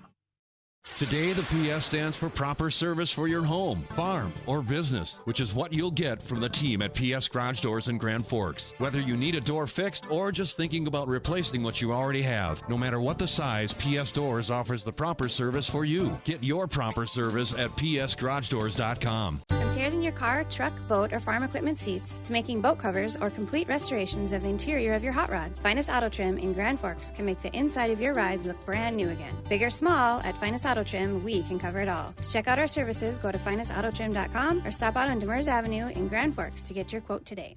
As guys, we all love our trucks. That's why Toys for Trucks is your headquarters for all things truck. They carry an amazing selection of rims and tires, plus floor mats, tonneau covers, hitches, plows, and even Excalibur remote car starters for any car, truck, or SUV. And the best part? They can install everything for your truck right at their location. Stop out at Toys for Trucks in Grand Forks to customize your ride, or check them out at toysfortrucks.com. Wow, Ram buyers, listen up. Right now, get 22% off all remaining Ram trucks at Nelson Auto in Grand Forks. Yep, you heard right, 22% off. You pick 1500 or heavy duty and save 22% right off the top. Or get 0% for 72 months on select Wrangler, Grand Cherokee, Pacifica, or Dodge Hornet. These are huge discounts and 0% is back. It's a great time to take a test drive. Grab these huge discounts and low financing now at Nelson Auto Center, Grand Forks. Welcome back to our coverage of high school hockey on the Rivards Turf and Forage Grand Trailer Sales Sports Network. KNOX Live Sports tonight from Eagles Arena, where we go to our intermission report after a period of play. Your score is Grand Forks Central 3, Grand Forks Red River nothing. 2 power play goals right now the difference, although Red River with some very late first period heroics to get on the board for the first time. Our intermission report brought to you tonight by High Plains Water, your source for awesome water in Grand Forks. The difference with High Plains Water in your quality of living, measurable. You're going to see, obviously, better tasting tap water, and you'll drink more of it. Cleaner laundry with less detergent, and appliances that last longer, and that saves you money. High Plains Water, your source for awesome water in Grand Forks. Stop and see them on Gateway in Grand Forks. And Grand Forks Welding and Machine, they're the men of steel. When it's time to limit that downtime, if you've got shafts that are twisted or broken, or some of those holes that work loose and you need to get those tightened up, Grand Forks Welding and Machine will get those projects taken care of for you so you can hit the field running again when the next season comes on, or you can continue the work that you have now. Grand Forks Welding and Machine, the men of steel. 3-1 Grand Forks Central as we go to the intermission.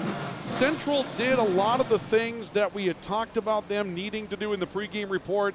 Had the offensive zone time, stood tall, absorbed the physicality from Red River even when Red River decided to take it to them, and dealt with the atmosphere better. Didn't get drawn into the penalties. 7 minutes of penalty time in the first period for Red River. But boy, I'll tell you what, Ryan, that goal with 3 seconds left, you've got all the momentum going your way, and you give up one like that. I always wonder how that affects a team in the locker room, on both sides of the locker room tonight. Yeah, with 3 seconds left, 3-goal lead, you're feeling pretty good. You're thinking you're going in 3-0, and then it's 3-1. Like you said, you're still up 2. If you told Central, hey, you're going to be up 2 after 1, they'd be like, we'll take it all day. But like you said, the way that can maybe change your mentality a little bit. But back to what you mentioned about Central, they did everything right that period. I mean, I love the way they played. Like you said, they took the hits, they got the penalty, the major, they scored a goal on it, they just kept coming, They used this atmosphere like we talked about, and like you just said, they used it to their advantage. I mean, they felt like they were feeling it that whole period. After that 5-minute major, that just threw Red River completely off the rails. They felt just like they're chasing that period for the rest of the period after that 5-minute major. And yet, before we take a look at the highlights here, Ryan, when you look back over that period and you think about it from an even strength perspective, was there a lot of difference between these two teams? There was in the second half. Like you said, the way that Red River started, they looked great. They were kind of taking it to Central. They were playing good. They were skating. They were forechecking. They were hitting. That derailed them, and I thought they looked tired for the second half of that period, and Central just looked like they were just getting more energized every single shift, and Red River was just, all they could do was just throw the puck down the ice for an icing. They ended with 4 shots. And yet one of them went in at the very end, right? One of them went in. And by the way, confirmation, I got someone sitting back there. They said it was in. So They you're said right and I'm wrong. Well, we're not going to go there. I just thought it was it, right? Let's take a look at your highlights from the opening period. They're brought to you by Proceed. Need seed? Think Proceed. Proceed.net. The opening goal goes to Mac Blue. This will be the second goal on the power play, but much like the first goal, a rebounded puck. That one came out right on top of the crease and opening. Mac Blue scores for the second time in the power play in the period, and that made it a 2-0 lead. Then this was the one that really hurt for Red River. The over-aggressive pinch, it turns into a 2-on-1 odd man. Great pass from Blue to Gavin Walkenfuss, who comes up with the selling on the end of that. But Red River comes up when they needed to, getting one back, down 3-0. Look at the skating by Beedall, pulling around 2 defenders to open up Tyson Ulmer, who roofs one and scores top shelf, off the bar down goal for Grand Forks Red River. And those are your highlights from the opening period, brought to you by Proceed. Need seed? Think Proceed. Proceed.net. Who lit the lamp? Presented by Bergstrom Electric. Matt Blue lights it twice on the power play. The first assisted by Ryer Burris. The second assisted by Ryder Burris and Cooper DeZiel. Then Gavin Walkenfuss, also assisted by Mac Blue and Cooper DeZiel. Blues on the board with 2 goals and an apple, 3 points in the opening period, 2 assists in the period for DeZiel, 2 assists in the period for Burris. Tyson Ulmer scores from Rylan Beedall. Tyson Ulmer on the board with a goal, Ryan Beedall on the board with a goal, and that's who lit the lamp. Brought to you by Bergstrom Electric, but right now Mac Blue is the difference maker in this goal, in this hockey matchup with the period that he had in the first period. Yeah, he was good. Do you know who I thought was better? Mr. Burris. I thought Ryder was fantastic that period. I mean, there was one shift where he must have, I think 2 or 3 riders came to hit him. He stood tall and essentially just sat those guys down, kept the puck. Like, he just played. He was great. I mean, he could have had a couple goals. He had a great period. So between those 2 guys, again, 2 seniors in a big spot, I think they both played great. That's your intermission report. It's brought to you tonight by High Plains Water, your source for awesome water in Grand Forks, and Grand Forks Welding and Machine, the Men of Steel. We'll come back with more in our intermission report and get you ready for second period action tonight from Eagles Arena. Sold out place almost tonight. Red River trailing Central 3-1 after 1 on our All True scoreboard. This is our coverage of high school hockey on the Rivards Turf and Forage, Grand Trailer Sales Sports Network, and KNOX Sports. Franson Bank and Trust in Grand Forks is a community bank that caters to businesses, farms, and consumers. They provide customized financial solutions with personalized customer service. Let Franson Bank give you the banking relationship you deserve. Real people, real results. From tears in your car, truck, boat, or farm equipment seats to making boat covers or complete restorations of the interior of your hot rod, Finest Auto Trim in Grand Forks can make the inside of your rides look brand new again. Big or small, at Finest Auto Trim, we can cover it all. To check out our services, go to finestautotrim.com or stop out on Demers Avenue in Grand Forks to get your quote today. Whether it's a golf course, your lawn, a pasture on your farm, cover crop, or even a food plot to help you get that big buck, Rivards Turf and Forage of Grand Forks has developed, mixed, and packaged the premium specialized seed you need for almost every application. Plus, they also carry a full line of ice melter products for your home or business. To check out all their products, go to rivards.com. Add a pop of color and excitement to your next celebration with Balloons by Misty. Their one-of-a-kind balloon design skills and creativity will make your event unforgettable. It's always a party at Balloons by Misty. Visit balloonsbymisty.com today. Since 1972, Jarrell's Sports Center and Hockey World has provided year-round sporting goods, apparel, and of course, hockey equipment and training tools. You'll also find they have a state-of-the-art skate sharpening machine to give you the edge you need for anything sports. Stop into Jarrell's and Hockey World. Pro Ag in Grand Forks and Grafton carries the equipment and parts on hand to make your farming operation run smooth. They carry all major brands like Honeybee, Alloway, Amity, Artex, Hardy, Capello, Monosem, Pickett, Will Rich, and Black Ace. So whether you're trading in, buying, or just need parts, go to ProAgEquip.com to see everything Pro Ag has to offer. When you need the right part for your pickup, head to Northwood or call Mike's Custom Truck. Amanda will drop ship any part you need: turbos, upgraded fuel pumps, Edge products, and more. Mike's Custom Truck, 587-6335. Welcome back to our coverage of high school hockey on the Rivards Turf and Forage Grand Trailer Sales Sports Network and KNOX Live Sports tonight from Eagles Arena. We're back in action again tomorrow night. More radio, more video coverage of hockey. This time over on the Minnesota side of the river, as East Grand Forks is hungry right now for a chance to get a win. We'll talk more about that in a second. First, let's go down to the ice where we have Sam Jensen standing by with Tim Scarperu, the head coach of Red River. Sam. Right, I'm here with Coach LeDucer on the coaching staff of Grand Forks Red River. They look Had the a same. couple of tough breaks on the penalty kill in that first period. Still find yourself down 2. What was the message in the locker room to climb back into this one? I think the main message was just stick with it. I thought 5-on-5, we were right there with them. It's a good game. It's a good battle. Just got to stay out of the box and, get back at it 5-on-5. Key is to play 5-on-5 hockey. What can you guys do to create some more separation at even strength? I think, just got to do those little things. Get pucks deep, chip pucks in, play the body, and just get some more shots on net. We didn't have 4 shots, isn't quite enough. Got to get the rubber on net, so. Thank you, Coach. Good luck the rest of the way. Thank you, appreciate it. Back to you, Ryan. Coach LeDucer, I apologize. I looked out of the corner of my eye, and I saw a figure that kind of didn't have the hair and everything. I thought it was Tim, right? My bad. I'm sorry about that. I apologize, everybody. I knew you were going to go with that. I didn't want to say it, so I'm glad you did. Well, I mean, you're working fast. You're changing scenes. You're doing the thing, right? I get you.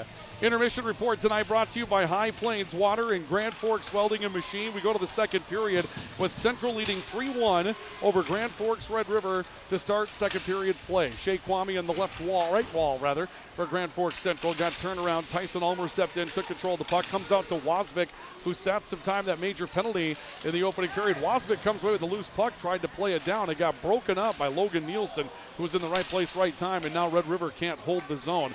Donovan Bullock comes out, widens out towards the left corner, is confronted by Brecken Holtberg in the defensive end for Red River. Finn Lockwood will take it, whistles one off the high glass far edge of the rink, and Ryland Carinta will hold it up as Central changes up behind it.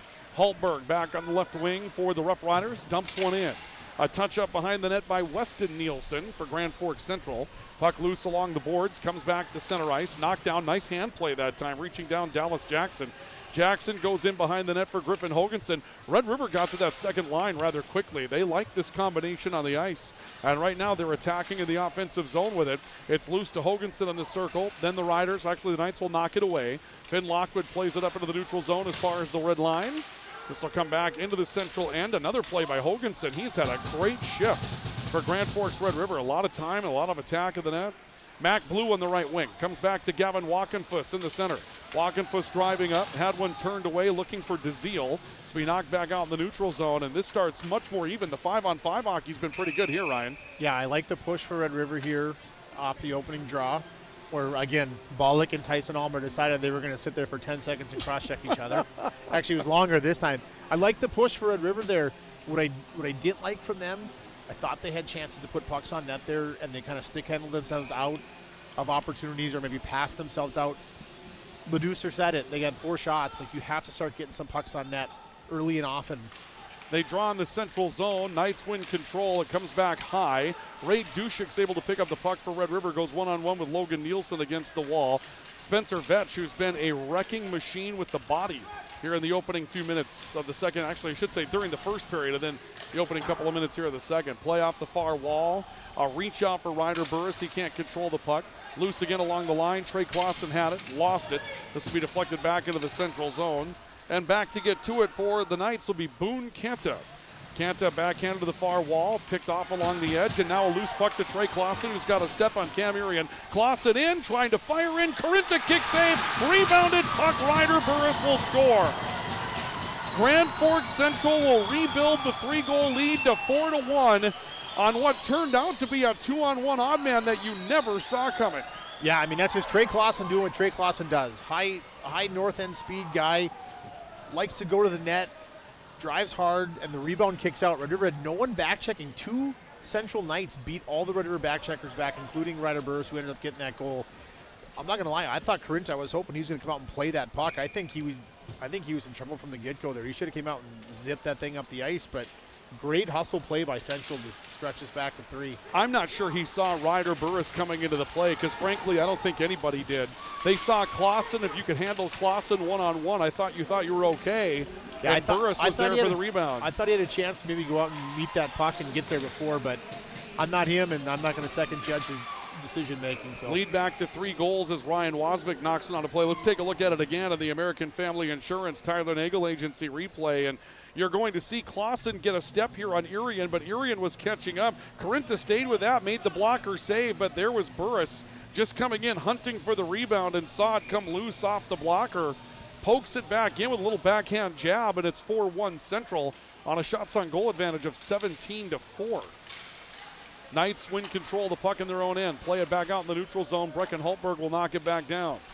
Weston Nielsen to guide the puck towards the corner, and a reach by Ryan Wasvik to try to recontrol for Grand Forks Red River. Got a couple of blind corners from our vantage point here. We had slanted ice in the opening period while we tried to get around those blind corners, but what we're going to do for those of you in the camera view tonight on KNOX Live Sports is just deal with the blind corners and give you flat ice. Might be a little bit better look at things. Puck on the right side, Shea Kwame looking up into the neutral zone. Kwame stepping between a pair of defenders. They may have been offside. There's a shot, a wrister, that was taken by Ryder Rivard. Yeah, just I thought after it was getting offside into, too, Ryan. I thought it was also, but they let him play through it. Puck will come loose back towards the near side as Red River tries to clear. Wyatt Blake will dump it back down to the Red River end. Foot race for it. Spicer wins the foot race, trying to take the puck away from Tyson Ulmer, and Spicer will turn it back towards the right side wall. Touchback on the boards, picked up by Brady Fee. Now Spicer again, loose. Ulmer will pick it up, comes back right side for Beadall. Beadall corralled, and how about Central getting back on the back check? That's the first line for Grand Forks Red River, and 4 Knights got back off their 4th line and change. Loose puck back behind the net, picked up by the Rough Riders. Be taken back to the far side by Jace Mason, who's been very active as a third pair defender tonight. Another big hit on the far boards that ends up dumping Dallas Jackson. Puck against the far side wall, right up against the line. This starts to turn into a bit of a grinder here. It's up against the boards, Fee reaching for it. A reach in from behind by Logan Nielsen. He'll poke the puck back up into the Red River end. They wave off icing on a deflection. Jace Mason's back to pick it up for the Riders off the end wall. Comes back near side, looking for a pass from Caden Ulmer. Ulmer will race up the near side boards, was able to find some help with Griffin Hoganson, but the Knights got back quickly, and now we'll see a whistle. There was some contact on the near edge, and perhaps a penalty coming up here. Looks like it's going to go against Grand Forks Central. We're going to see a penalty for interference against the Knights.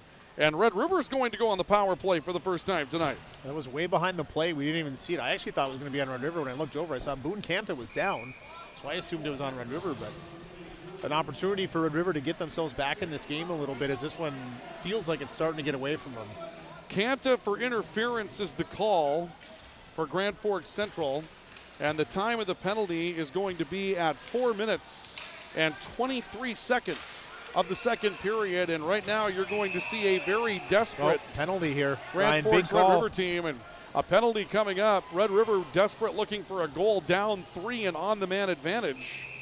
But now whistles come into play as there was a pile up on top of the central crease, and it looks like a second Knight is going to go in, and this may be a major penalty. 5. Well, there was They're going to put DeZiel in the box, if I'm not mistaken. Yeah, there was a scrum in front of the net, and someone from Central, and a DeZiel came in and just put his stick right in the back of, I think it was Tyson Ulmer, might have been Wasvik, from behind in front of the net, and they called that 5. So a 5-minute major penalty going to be called against Cooper DeZiel. I was unable to hear what the penalty was for, but they called it from behind. Was it checking from behind? Okay, so checking from behind on DeZiel. Time of the penalty at 4:30. And so the Knights will now be down 2 men for 1:54, and it's going to be 5 consecutive minutes of power play for Red River. And again, all you can eat. A great save made glove hand. Weston Nielsen taking away an absolute snipe from a Beadall on the near side ice. Yeah, Beadall had all kinds of time, and he walked into about 15 feet. I think he wanted short side the whole time, and Weston read it perfectly. Makes a big save there. So a 2-man advantage here for Grand Forks Red River for another 1:46. Another center thrown out. And we'll see Mac Blue thrown off the dot. So Logan Nielsen will step in to take the draw against Tyson Ulmer. You get a defenseman taking a draw. Love when that happens. Yep, and we're going to see Tyson Ulmer thrown off the dot either. Or also, so now we'll see Griffin Hoganson step in to take the draw, and finally we're back underway. Puck comes back high, Beadall right point. Brecken Hultberg quarterbacking, high slot, wrister hit the pipe. It hit the pipe, and it looked like that one was in, but that one did not go in. Hultberg on the left side, Wasvik with a wrister, and another save made by Weston Nielsen. And we'll stop the power play clock with 4:38 left to go on the 5-minute major. 1:31 left to go of 2-man advantage, barring a goal. Great shot by Hultberg. I mean, that thing had eyes. That might have ripped off both pipes. That might have been like a crossbar post kind of thing. That was close. It took a really funny hop to the right laterally after it came in from where it was going. And Hultberg again will take control of the draw as Red River wins another. Beadall high slot wrister blocked. This will come back out towards the near side, and now we'll see what Central does with it. Ryder Burris wants to come up ice down 2 men and will hound Brecken Hultberg all the way back behind his net before surrendering the space, and Hultberg will restart the power play rush. 1:10 left to go of a 2-man advantage, and we'll see a whistle for offside, I believe. Yes, offsides. Just kind of a lazy zone entry by Red River there. It didn't seem like they knew what they wanted to do there. But you got to hit that blue line with speed, gain the blue line, then you can get set up. Hultberg he's trying to do some stuff.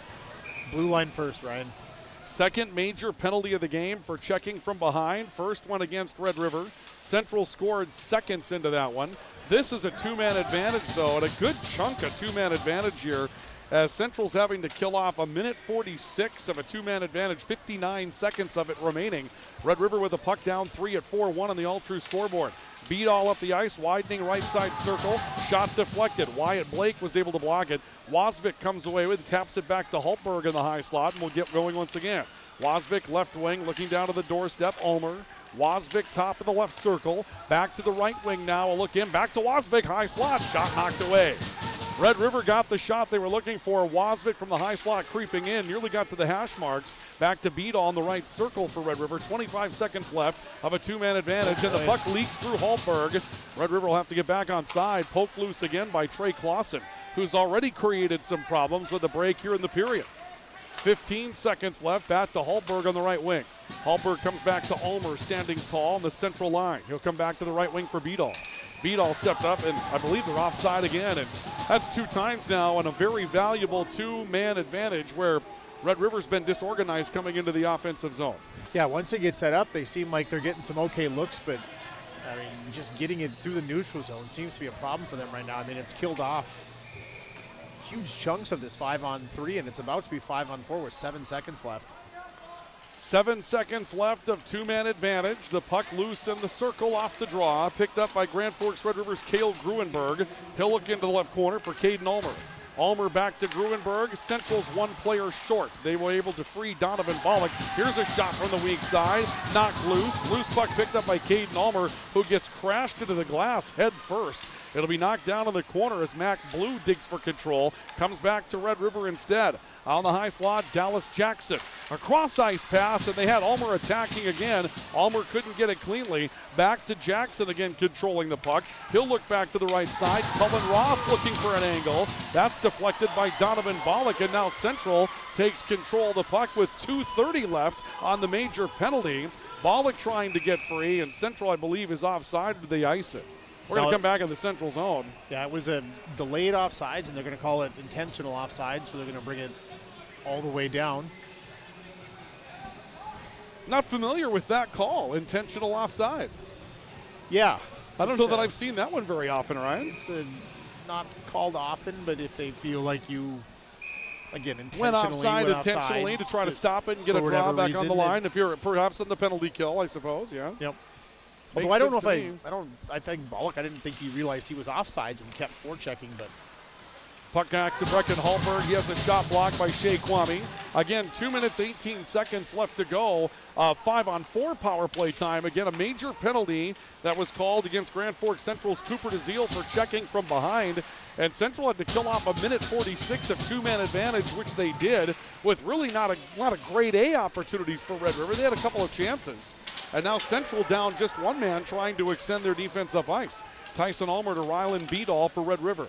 Beadall will skate his way through the neutral zone, comes back towards the left point, steps into the corner, got around Walkenfuss behind the net, circles back off towards the right wing, looks back to Brecken Hultberg to set the cycle. Pass to Wasvik, got through the wickets on it. Goes back to Hoganson, and he'll turn it back to Hultberg on the left point.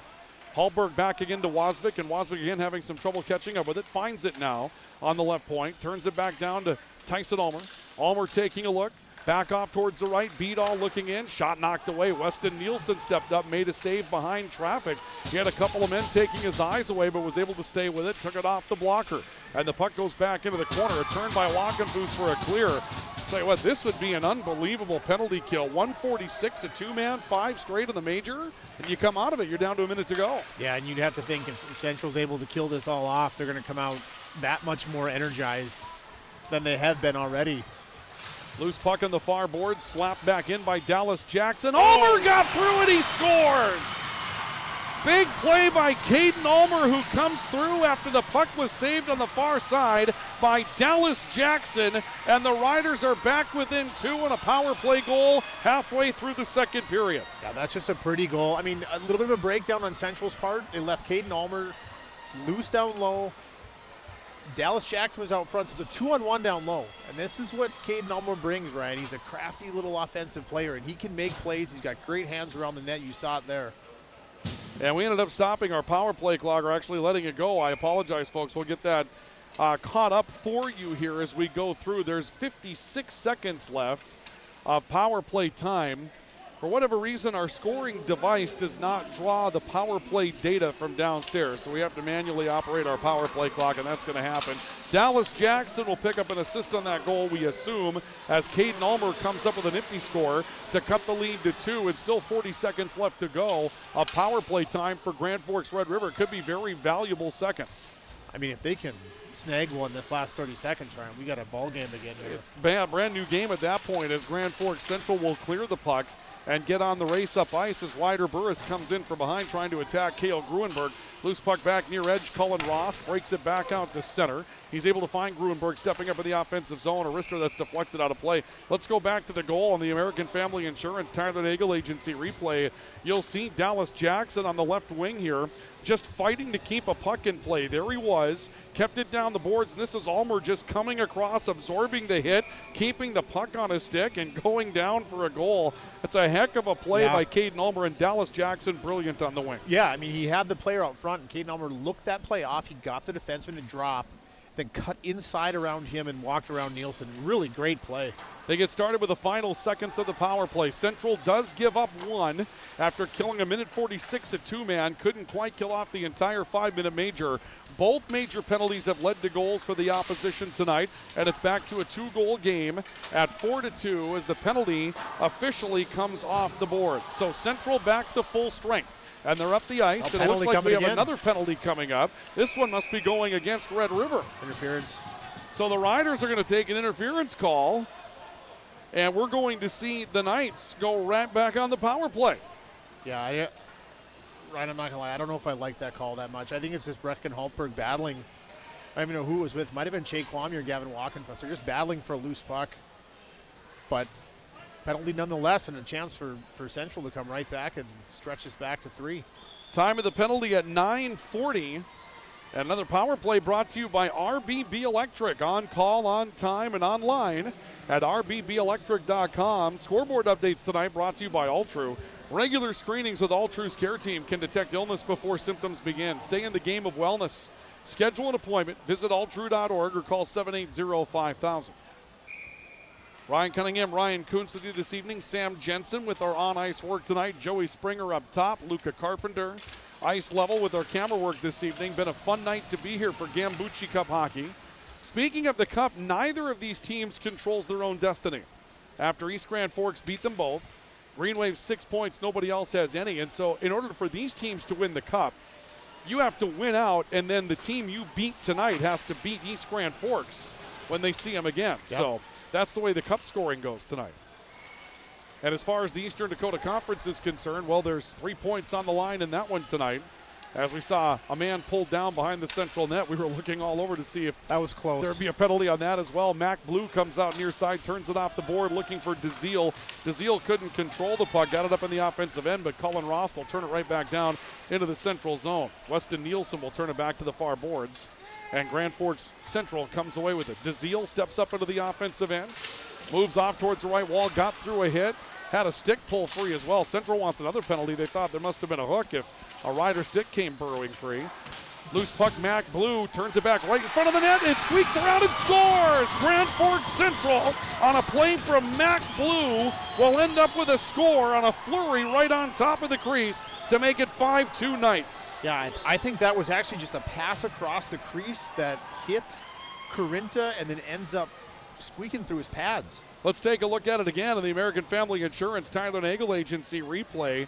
The puck came out here and was sent towards the net, and just a flurry in front of the net, and it looks like, off the back end, you saw Cooper DeZiel perhaps come in and poke that one free after it got towards that right pipe. But Central will lead by a score of 5-2 as we wait for the official scoring on the goal. We'll have an offside call against Red River. It looked like DeZiel would probably get it. No, it'll be Mac Blue with a hattie tonight. Well, I think and Ryder Burris is going to pick up an assist. Walkenfuss shot it from the corner. Wasn't that Walkenfuss? Or was that Blue? I thought it was 10, but maybe I was misseeing things. I thought they said Blue when they said announced they the for goal. sure did. I thought Walk just threw that across and it kind of trickled in on its own, but it was DeZiel that took the celly off the end wall, so we're very confused. I think everyone was confused on that. Central looked confused. You know what's important? It went in. Central scored, I guess. That's the important part, I guess, if you're a Central Knights fan. A drive by Shea Kwame sends one wide. Kwame digging for it out of the corner. Goes back behind the net. Brecken Hultberg turns it back out to Logan Nielsen. Nielsen trying to hold that right point for Grand Forks Central. Gruenberg trying to hold the wall for Red River. Down to 6:10 to play, second period. Central back up 3 by a score of 5-2. Nielsen gets knocked down. Loose puck picked up off the right side by Spencer Vetch. Vetch driving in, trying to step around some traffic. Wyatt Blake got there, took him out. Nielsen back behind the net. A stop against the Central net and sends it back towards the left side. A step in for the Rough Riders. Thomason comes up with control, turns it back out right side. Gruenberg to the point. A look for some space off that right side by Jace Mason. Mason turns it back behind the Central net. Ulmer's over to pick it up. Came back out towards the left point for Thomason. Back to Ulmer now. Wasvik, they'll set it up. Wasvik right circle. Big save by Weston Nielsen. Wasvik goes looking for the rebound, can't find it. Collision in the far corner. Wasvik does stay with the puck. Turned it back out to Ryder Burris in the high slot, but that was broken up. And here comes Grand Forks Central back up into the offensive end. Just a dump down to clear. They'll change up. Good play on that far wall by Ryder Rivard to send that up and facilitate the change. And back the other way comes Rylan Beadall for Grand Forks Red River. And he got ahead of steam, drives in, just had a weak shot. He got through a couple of men, but couldn't put that strongly on his forehand side. Wasvik comes back for the puck on the right point, turns it back down behind the net. Be scooped out by Boone Canta for Central and out into the neutral zone. Picked up along the line, played back in by Cullen Rost for Red River. Back to Canta for Central. Canta taking a look, tries to squeeze one back towards the right edge and lost an angle for Brady Kirkaby. This will be sent back in and Weston Nielsen will cover it up. We'll see a draw coming up in the Central end with 4:41 left. Draws brought to you tonight by Apex Apparel, your hometown quick turnaround promotional goods store in Grand Forks, and by Big Jim's Tire, your #1 supplier of egg tires in the region. Red River's been good on draws tonight. That's one area where I think they've really excelled past Central is these faceoffs. And this is a huge opportunity if they can win this faceoff clean and get an opportunity off of it. And another center thrown out. Shocker. This time it's Trey Clausen that doesn't get We're to for take sure the in draw. double digits in that stat, aren't we? I believe so, yes. Ryder Burris comes up with it. It'll be, actually takes the draw rather for Central. Deflection up and over the bar on a play that was started by Cullen Ross. That was a great set play by Red River. Really nice job. Trey Clausen coming up into the offensive end, gets turned around. Now some bodies starting to throw. It comes back towards the near side. Reed Krogstad trying to break one out. That one's too strong off the far wall. We'll come back into the Red River zone to draw with 4:20 left to go here in the second period. The 5-2 Knights lead on the All-True scoreboard.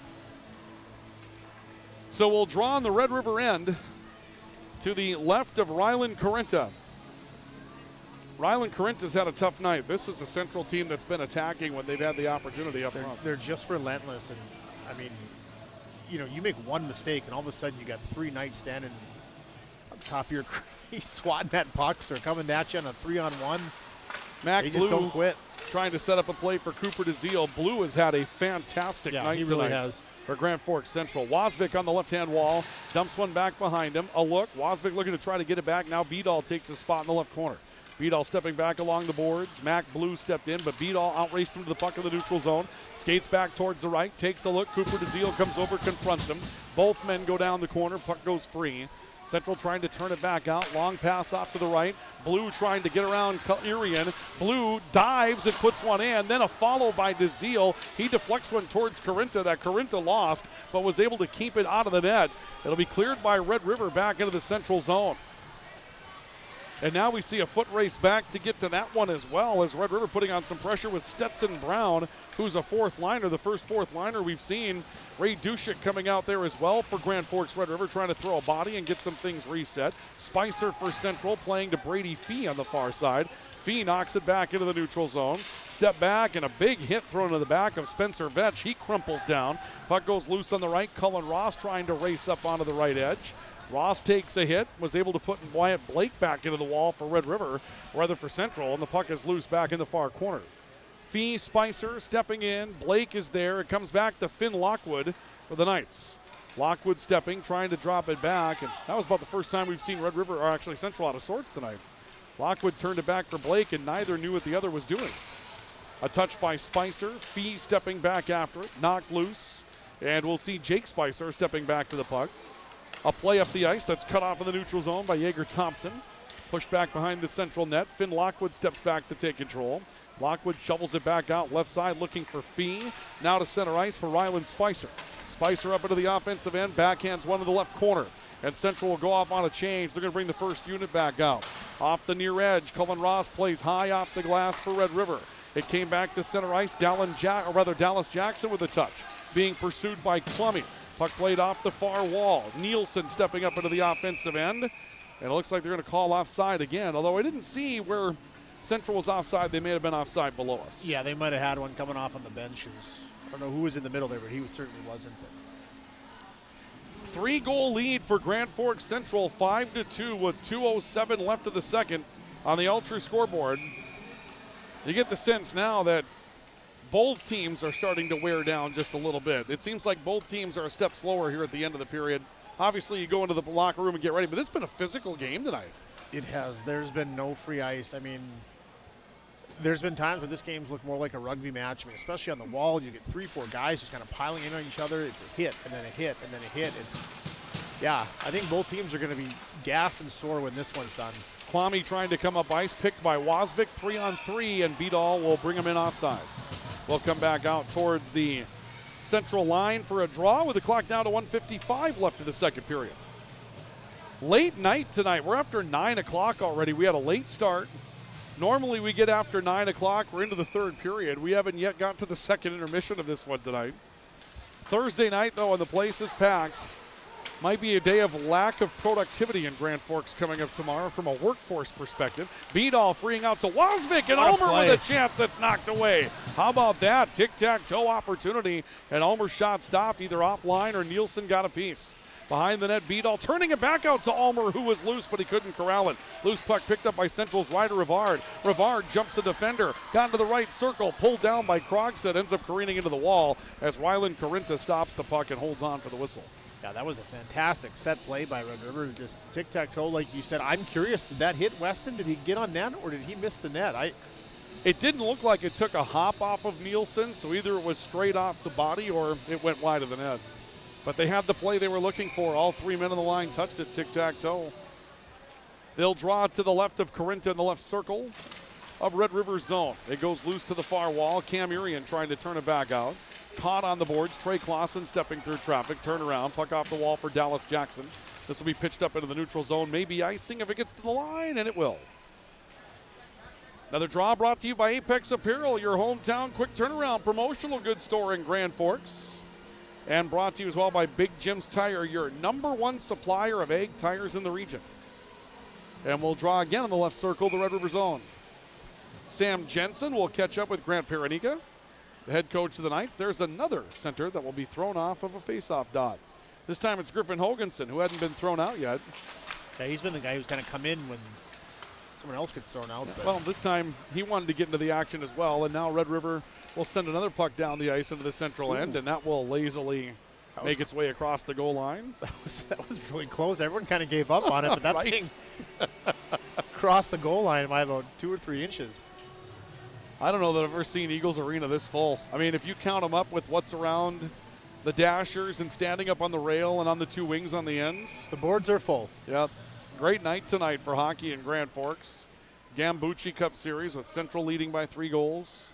They throw another one off. They threw another one off. Hoganson's out again. This is getting kind of obnoxious, I'm not going to lie. Pair of 17s now. Clausen will take the draw against Caden Ulmer, who scored the last goal for Red River.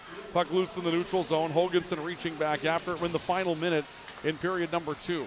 Loose puck off the right side, being brought in by Burris. He got turned around on a touch from Dallas Jackson. Jackson coming up 3-on-3 for Red River, got tripped up. They're going to call that. That'll be a penalty. And here's a goal on the end of it anyway. The puck comes free on the right side, and Griffin Hoganson will score right in front of the right pipe to cut the Knights' lead to 2 at 5-3. Another goal in the last minute of a period.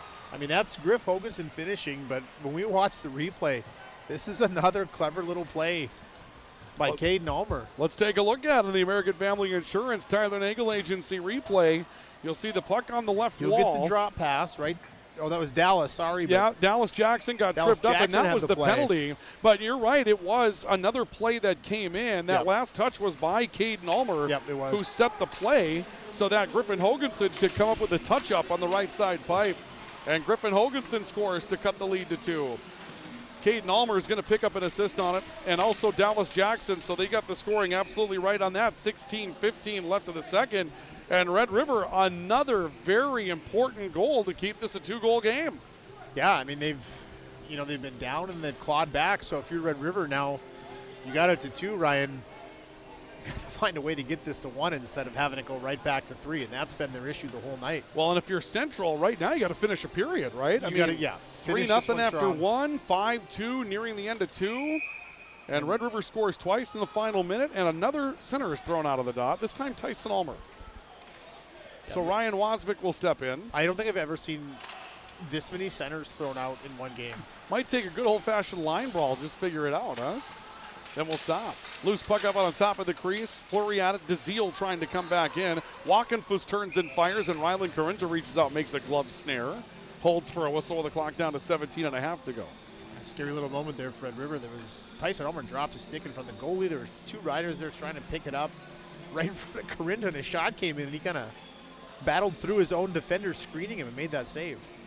We'll draw again, right circle in the Red River zone. Loose puck comes out to Nielsen. Nielsen drives one in, and Carinta making that chest high save. And that was a tough save to make. There was lateral traffic in front of him on both ends. Yes, they did a great job of getting guys coming across and getting in the front of the net. And a great shot by Nielsen. Doesn't have to be hard, Ryan. Just got to be on net. Puck knocked to the near side off the draw. Walkenfuss steps in, looks underneath. DeZiel trying to feed it back to him. That textbook Central play off the end wall that we all know and love. Unless you're getting beat by it, then you don't love it very much. Puck comes back out in the neutral zone. Wyatt Blake will dump it in, and that's the end of 2. So Red River again down 3 goals late. We'll have this turned into a 2-goal game. The Riders come back with another final minute goal. They scored in the final minute of the first. They score in the final minute of the second. And it's 5-3 after 2 periods of play on the All-True scoreboard as we get ready to go to our second intermission. Sam Jensen is standing by. Ice level, he'll talk with Grant Paranika, the head coach of the Knights, on the way off the ice as we go to our intermission report. Brought to you by Grand Forks Welding and Machine, the Men of Steel and High Plains Water, your source for awesome water in Grand Forks. Then we'll go through the highlights that we had for you in that second period of play as well, as Central comes back with a pair of goals. Burris in blue, but Almer and Hoganson.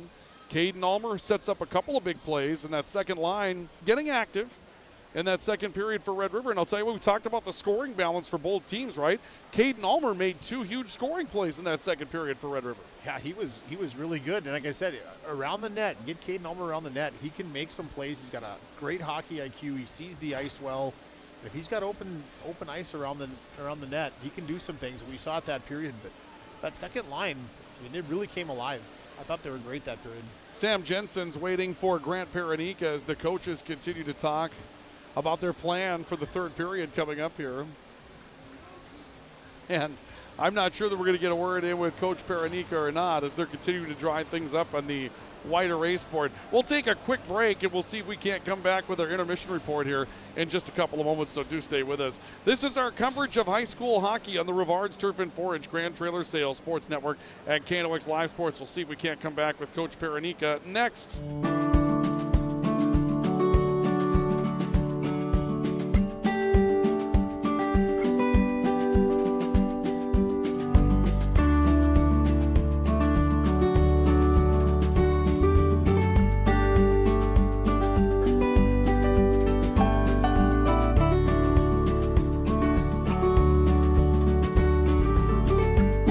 Need seed, think Proseed. Proseed.net. Grand Trailer Sales in East Grand Forks is your go-to spot for enclosed utility, flatbed, and dump trailers in the Red River Valley. They have the biggest selection on hand of trailers with great pricing. If you're looking for parts, service, or simply to buy, trade, or rent a trailer, stop into East Grand Forks. GrandTrailersSales.com. Back to our coverage of high school hockey. Let's go down ice level where Sam Jensen is standing by with Grant Paranika. Sam? Here with head coach for Grand Forks Central, Grant Paranika. Coach, your team continues to take advantage on the power play. And you were almost able to kill off the entirety of that 5-on-3 in the 5-minute major. What was the key to your guys' success on the power play and on special teams in general? Well, pressuring the puck, I think, on the penalty kill, we did a good job of getting sticks in lanes and getting in front of guys and disrupting their passes and just putting them under a little pressure on the power play. Well, I don't know. I guess we were just fortunate, to put the puck to the net and have someone go there, and good things will happen if you end up in the paint, and I think that's kind of what happened for us. We were fortunate. Taking a 2-goal lead into the third period, what adjustments are you going to make to the game plan to preserve this lead throughout the remainder of the game? Well, we got to take care of 16 and 13. They're kind of controlling the game for Red River right now, and they're all over the ice and doing a good job for them. So we got to be aware when they're on the ice and make sure we can kind of get a body on them and take them out of the play a little bit. And on our side of the puck, I think we got to stop dangling and doing one-on-one plays where we're trying to beat guys. We just got to play it through, play it in deep, and get after them and play down in their end a little more. Thank you, Coach. Good luck in the third. Thank you. All right, thank you very much. Sam Jensen joining us here tonight on the sidelines tonight with Grant Paranika and also with Tim Scarperud or Coach Leducer coming back. But that's our conversation with Grant Paranika, the head coach of Grand Forks Central. Now we'll take our intermission break. We'll come back with our intermission report, go through the scoring on this one in a couple of moments. 5-3, Grand Forks Central by 2 over Grand Forks Red River. Intermission brought to you by High Plains Water and Grand Forks Welding and Machine. And we'll get back to it coming up next on the Rivards Turf and Forage Grand Trailer Sales Sports Network and KNOX Live Sports. Your local Circle K and Holiday Station stores are proud to support high school activities. Stop by the new Circle K location at 1316 South Washington Street for not only gas, but a wide array of hot and cold food, snacks for everyone, and a car wash. Open 24/7, 7 days a week. Spray Advantage of Grand Forks carries everything you need for the chemical and fertilizer application on your farm. They have pumps, tips, and tanks from 3 gallons all the way up to 10,000 gallons on hand. They can help with parts and accessories for the fertilizer and tillage equipment on your farm too. Go to sprayadvantage.com. Rust, salt, and time are the biggest enemies for a fuel tank. Never fear, because Grand Forks Welding is here to take care of your enemies for you. We not only fix or patch your tanks, but we can custom fabricate any kind of replacement fuel tanks or service unit. Go to grandforkswelding.com.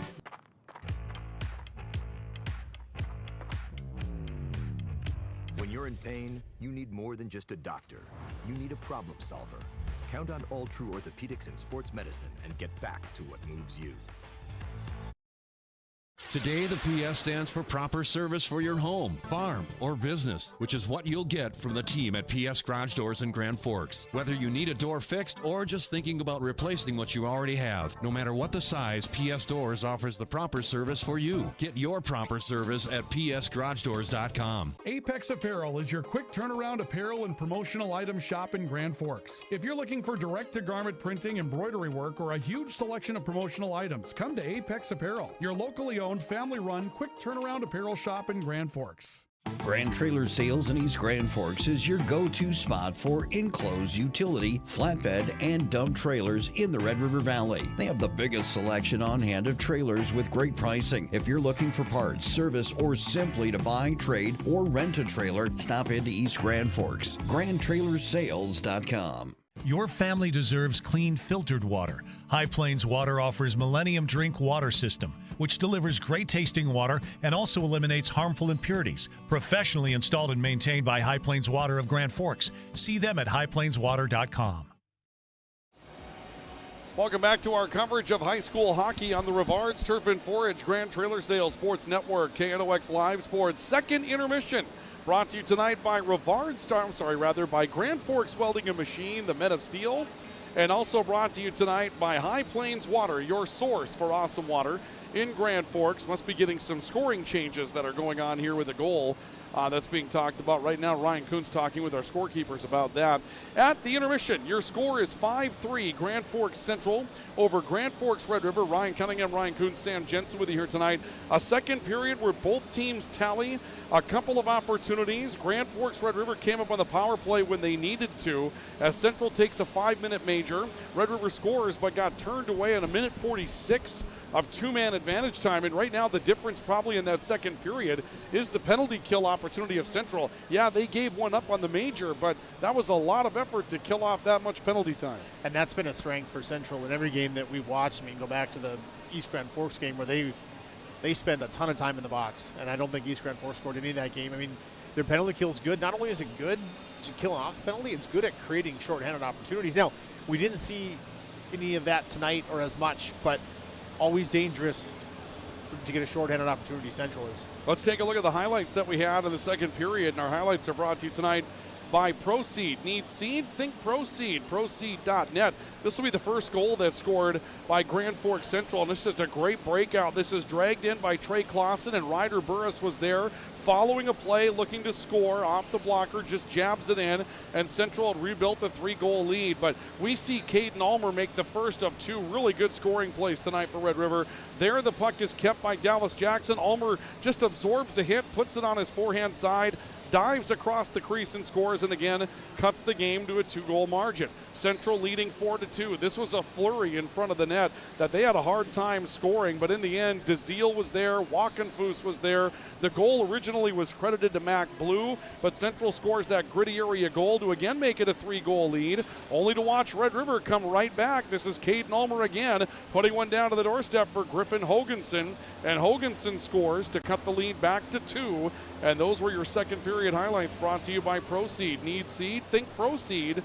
Proceed.net in the period with Who Lit the Lamp, brought to you by Bergstrom Electric. They do change that goal to a power play goal for Cooper DeZiel. That's what we thought we saw. That's what we thought. Off the end wall. So Cooper DeZiel does get the goal. So the first goal, Ryder Burris from Trey Clausen, and Boone Kanta gets on the score sheet tonight. And the second for Central, Cooper DeZiel with an assist from Mac Blue on the power play.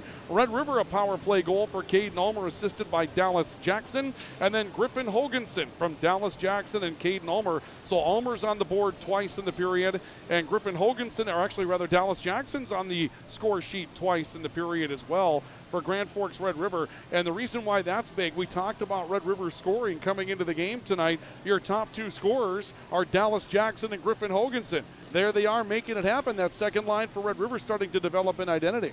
Yeah, and it's funny too when you listen to Grand Paranica in that interview that he did with Sam. He mentioned 16 and 13, so Ulmer and Beadall, who have had unbelievable games. I mean, it's not showing up in the score sheet, but and he even kind of said it, like those two are kind of taking over the game. And I kind of thought in that last half of that period, like Rylan Beadall just started to emerge, and every shift he was out there, it's like, man, look at him go, and he's starting to pick up some steam. Tyson Ulmer's been playing great all game with the face-offs and the block shots and everything that he does. The goal he scored. So we'll see what we got coming up in the third period here. This should be interesting. For all the time that we thought that Central might run away with this, we've got a really nice game on our hands. 2-goal game in favor of Central, 5-3 after 2 periods of play. Intermission summary brought to you tonight by High Plains Water and Grand Forks Welding and Machine.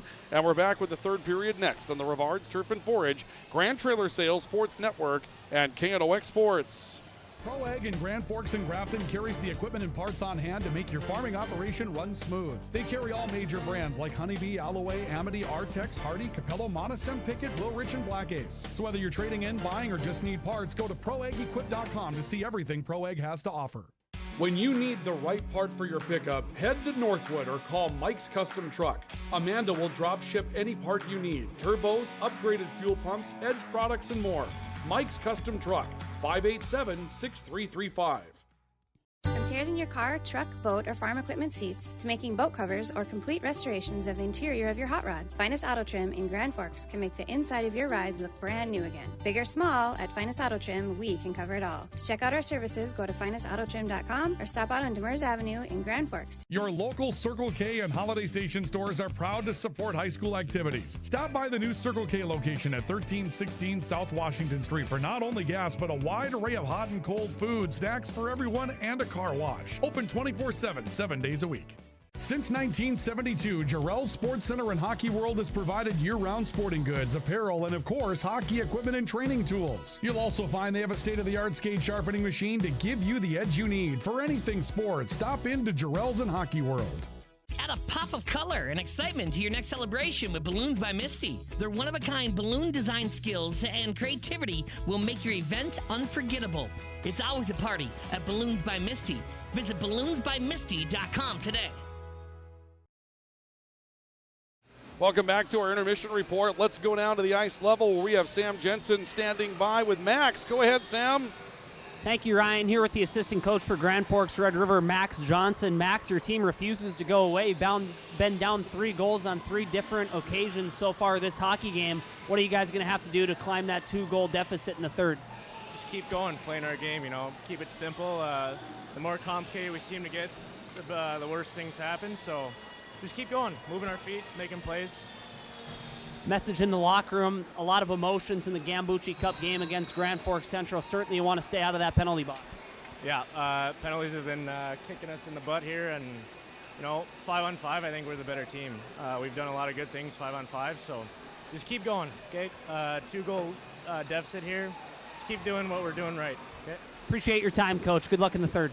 Thank you very much, Sam Jensen, joining us here tonight. Ice level with our coaches this evening. Good to have Sam with us and our coaches inside as well. Boy, both times Red River has stressed the little things and just trying to kind of clean it up. And again, they say we think we're the better team 5-on-5. Well, I mean, and Pernica said it too in his. I think both teams can say, I mean, throwing pucks to the net and then having them squeak in. Yeah, it's kind of a lucky goal, that fifth one for Central, but it's a goal. That's what happens when you put the puck on net. Things go in. Simple play. Ryder Burst crashed the net on that breakaway. 2 Central Knights on a breakaway. Come in, follow up, crash the net. Griff Hoganson gets one in the paint. Caden Ulmer gets one down low. So the simple things for both teams. I mean, I think that's the strength of both of these teams, and we've seen both teams do it well. And as Grant Pernica said, he's seen his team, and we've seen Red River kind of get away from it also. Intermission report tonight brought to you by our friends at Grand Forks Welding and Machine, the Men of Steel, and by High Plains Water. Shot from Ryan Wasvik that gets knocked out of play. And we'll see a draw coming up in the Grand Forks Central Zone 9 seconds into the third period. And for the third straight opening draw at center ice, Tyson Ulmer and Donovan Bollock exchange pleasantries. And we'll see a draw coming up in the Grand Forks Central Zone. Puck along the far side boards. Wasvik gets played to the boards by Donovan Bollock, and a puck gets knocked loose. Shea Kwame trying to come out with it, but Wasvik was able to turn it aside and sends it back behind the Grand Forks Central net. Knights trying to form up for the first time of the period. It comes back towards the left side, brought up by Ryder Rivard. Rivard comes out to the right circle, drives his way down to the corner. Taken away by Tyson Ulmer for Red River, and the Riders will cycle back to the direction. A stop by Beedall. He had it turned over. Rivard takes a look and picks one rink wide into the far corner. That'll facilitate a Grand Forks Central change. The Riders come away with control. Beedall in the neutral zone. Looking. Puck played back to center ice. Kicked off a skate of Mac Blue. This is raced down the far corner by Red River, getting there first with Cullen Ross. But Central puts the pressure on. Taken by DeZiel out of the corner. He backhanded it behind the net. Puck goes free. Dallas Jackson for Red River sends it back into the neutral zone. Back pedal for Kaysen Panzer. Panzer looking at Blue, and Blue will dump it back up in the Red River end. A minute 8 seconds into the third. 5-3. Grand Forks Central leading by 2 over Red River. The Knights over the Rough Riders. Walkenfuss a stop behind the net. Tried to tinkle one in short side. Fights for it. Still fighting for a loose puck. Corinta reaching down trying to find it. Finally puts the stick hand on top of the puck to hold on for a whistle with 15:38 to play.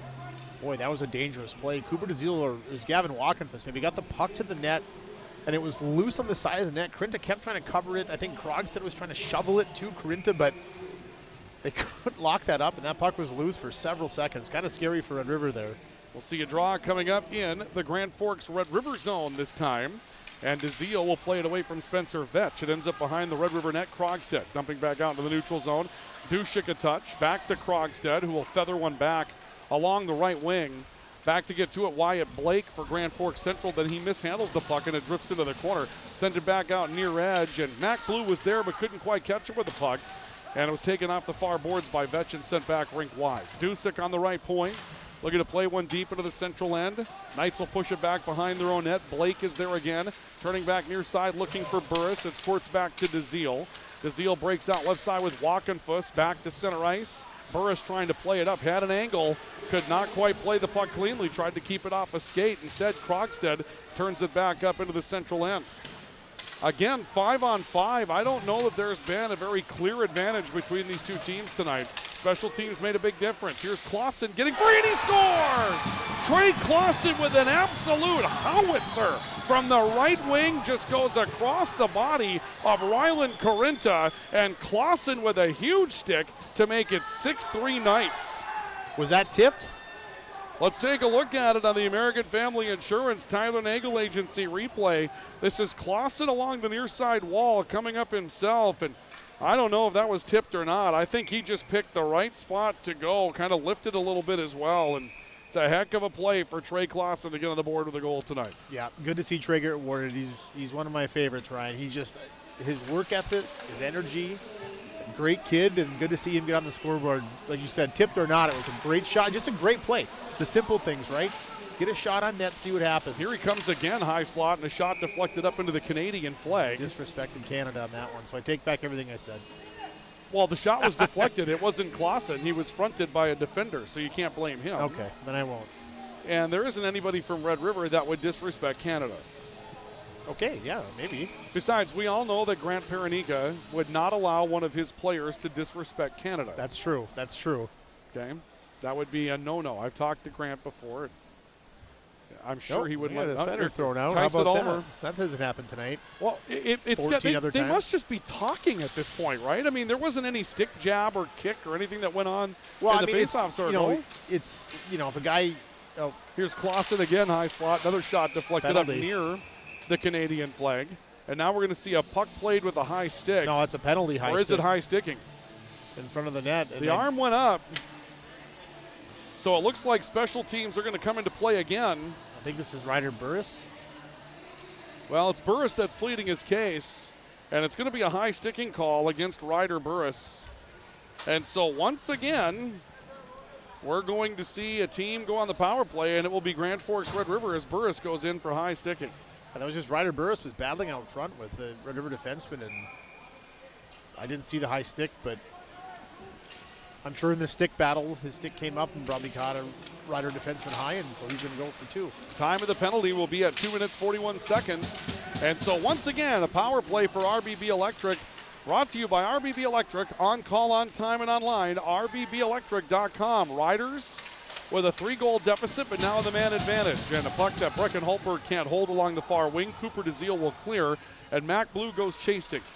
Blue had a hattie that was taken away when they overturned the goal and gave it to DeZiel. Now Holtberg coming up the ice, drops off. Hoganson, a shot that was deflected off the top of the glove, over the crossbar, and Weston Nielsen catches a break on a pass from Hoganson. Hoganson taking a look, steers one back, high slot for Ulmer. Loose, Holtberg closes the gap, fires, and it's deflected up in somewhere. Where did it ends go? Up in the There far corner. You just look for the players moving at the time, Ryan, then you can find it. Comes back out to the point. That's what I go with anyway. Cooper DeZiel threw a stick in on the legs of Grand Forks Red River Rough Rider Rylan Beadall. The crowd wanted a penalty. They don't get this time. Beadall will shovel the puck into the offensive end. A minute left to go on the power play for Grand Forks Red River, and Central clears, but back quickly Cullen Rost. And he'll step his way up into the neutral zone. Yeah, I think Rylan was frustrated. He wanted a penalty. He got kind of taken down. I don't know if I agree with that. I think that was probably just a good hockey play, but close enough. I mean, they've called things pretty tightly tonight in this matchup. Ross trying to play up the ice. He's picked off by Boone Canta, and Canta will clear. 30 seconds left of power play time for Grand Forks Red River. Knights with a 3-goal lead, 6-3 on the All-True scoreboard. Riders could definitely use a goal. They've had to cut into 3-goal leads. This would be now the 4th 3-goal lead that Red River's had tonight. Donovan Bollock trying to turn one over. Dushik comes back for Red River, puts the puck on an edge. It'll spin to the far wall and cleared again off the far boards. That one sent back up the ice by Finn Lockwood.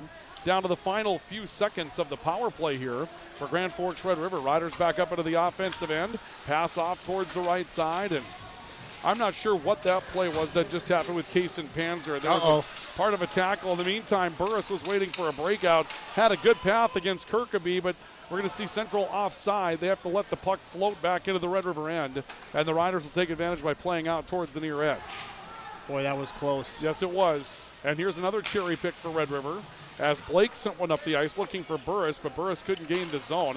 It's picked off at center ice momentarily, then taken back by Stetson Brown for Red River. He'll play it back into the corner with Beadall giving chase, and Panzer getting there first for Grand Forks Central.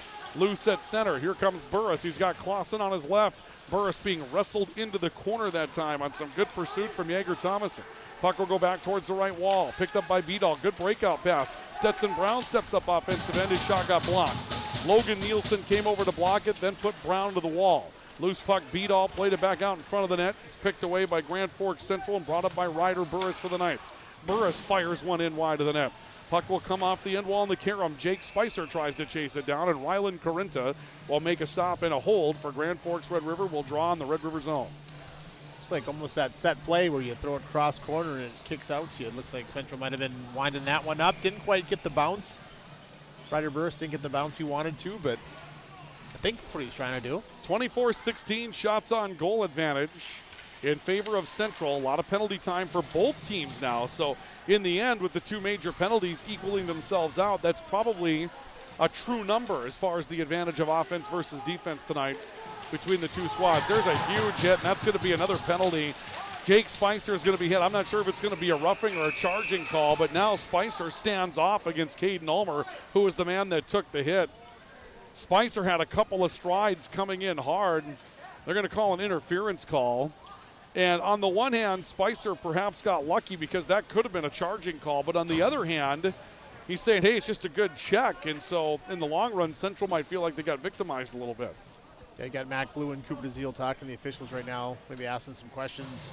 But you're right. I mean, it wasn't the most vicious hit in the world, but he came a long way. And when you come a long way like that, you get in that charging category, then you start to walk that fine line of 2 and 5. 2 and 5, absolutely.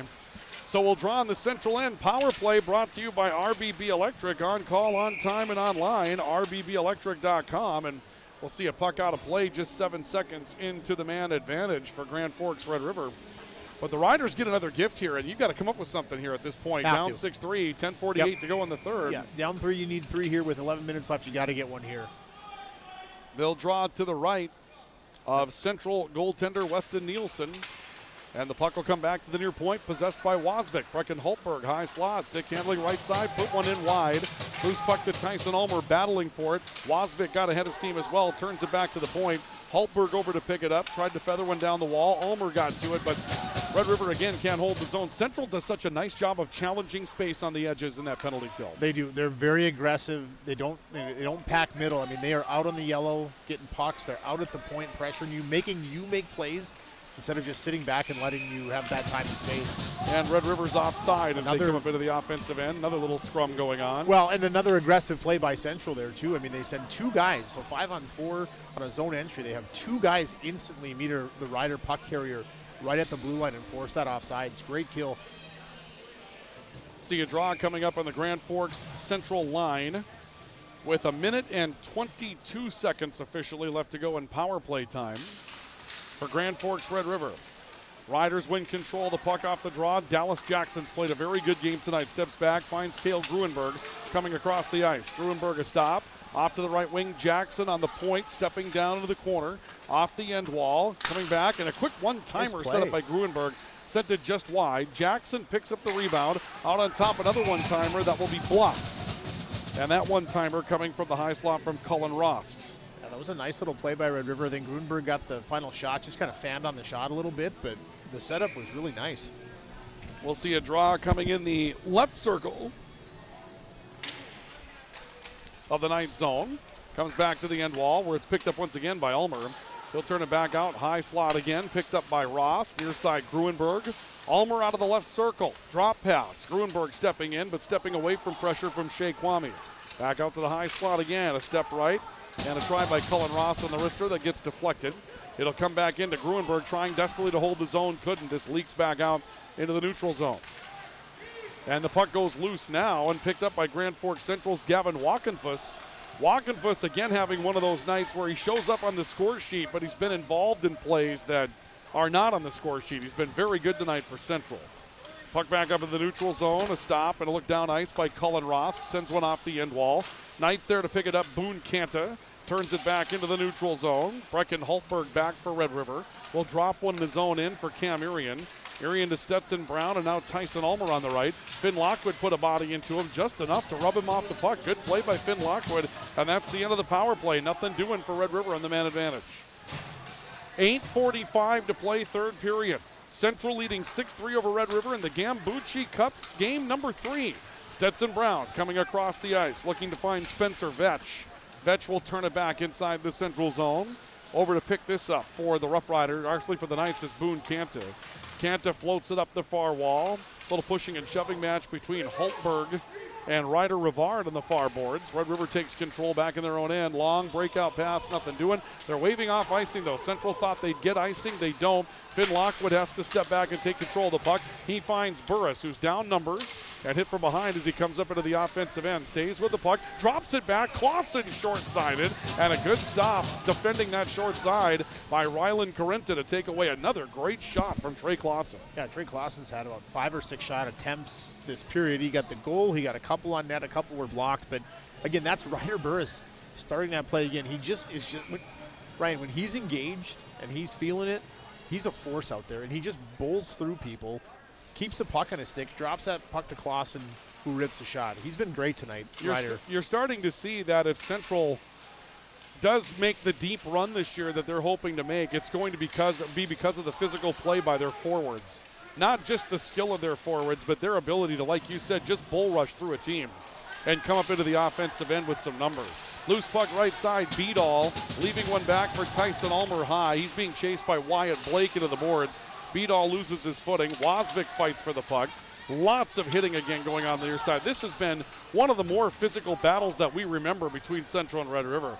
These are a couple of lunch pail teams when it comes down to hitting tonight. They've really been something special. Loose puck, quick turn, fire that goes wide. Came to Kason Panzer, who had found himself up in the offensive end by himself momentarily. Down to 7:15 to play here in the third. Puck comes back out to the point. Deflected, nearly got through. Corinta stops one that was headed for the 5-hole between the blockers on a little deflection off the right side.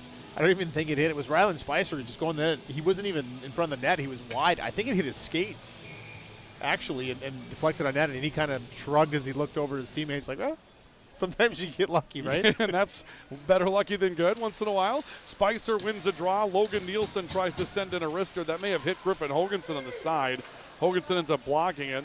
Loose behind the net, racing out. Jaeger Thomason trying to get on the break on the far edge.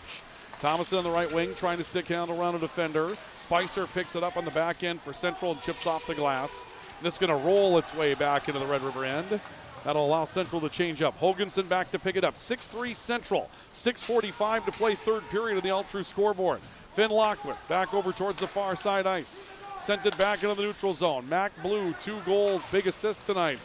Actually 2 assists. He's got 4 points this evening, does Central's Blue. Cooper DeZiel back to pick up a loose puck in the Central end. Off to Lockwood on the far side boards. Dushik stepped in, took it away. Hoganson with a chance, kick save. Dushik with a chance, block. Dushik, a backhander with an open net, and he ends up missing it just wide. Another pickup. Hoganson to Brecken Hultberg. His shot gets blocked. DeZiel fronted it. Gavin Walkenfuss looks to clear, and what a flurry that's survived by Central. Loose puck comes into the corner. Well, and that's kind of what we've been waiting for that Dusick line. I mean, they started off the game just so physical, and they were playing good, but in the past games that we've seen Red River play, we got a penalty here. Yeah, we're going to see a cross-checking call against Grand Forks Central. And so another power play opportunity coming up here for Grand Forks Red River as they're going to put Cooper DeZiel in the box for the cross-check.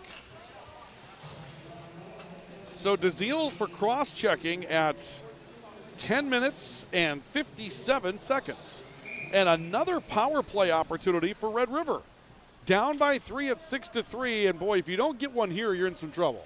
And I'm just saying it. For the first time this season, you've got Ryan Kuntz lobbying for Red River to pull the goalie. Wasvik a shot, there's an open net, and a loose puck is saved by Shea Kwame before damage could be done. That was a great stick lift by Kwame.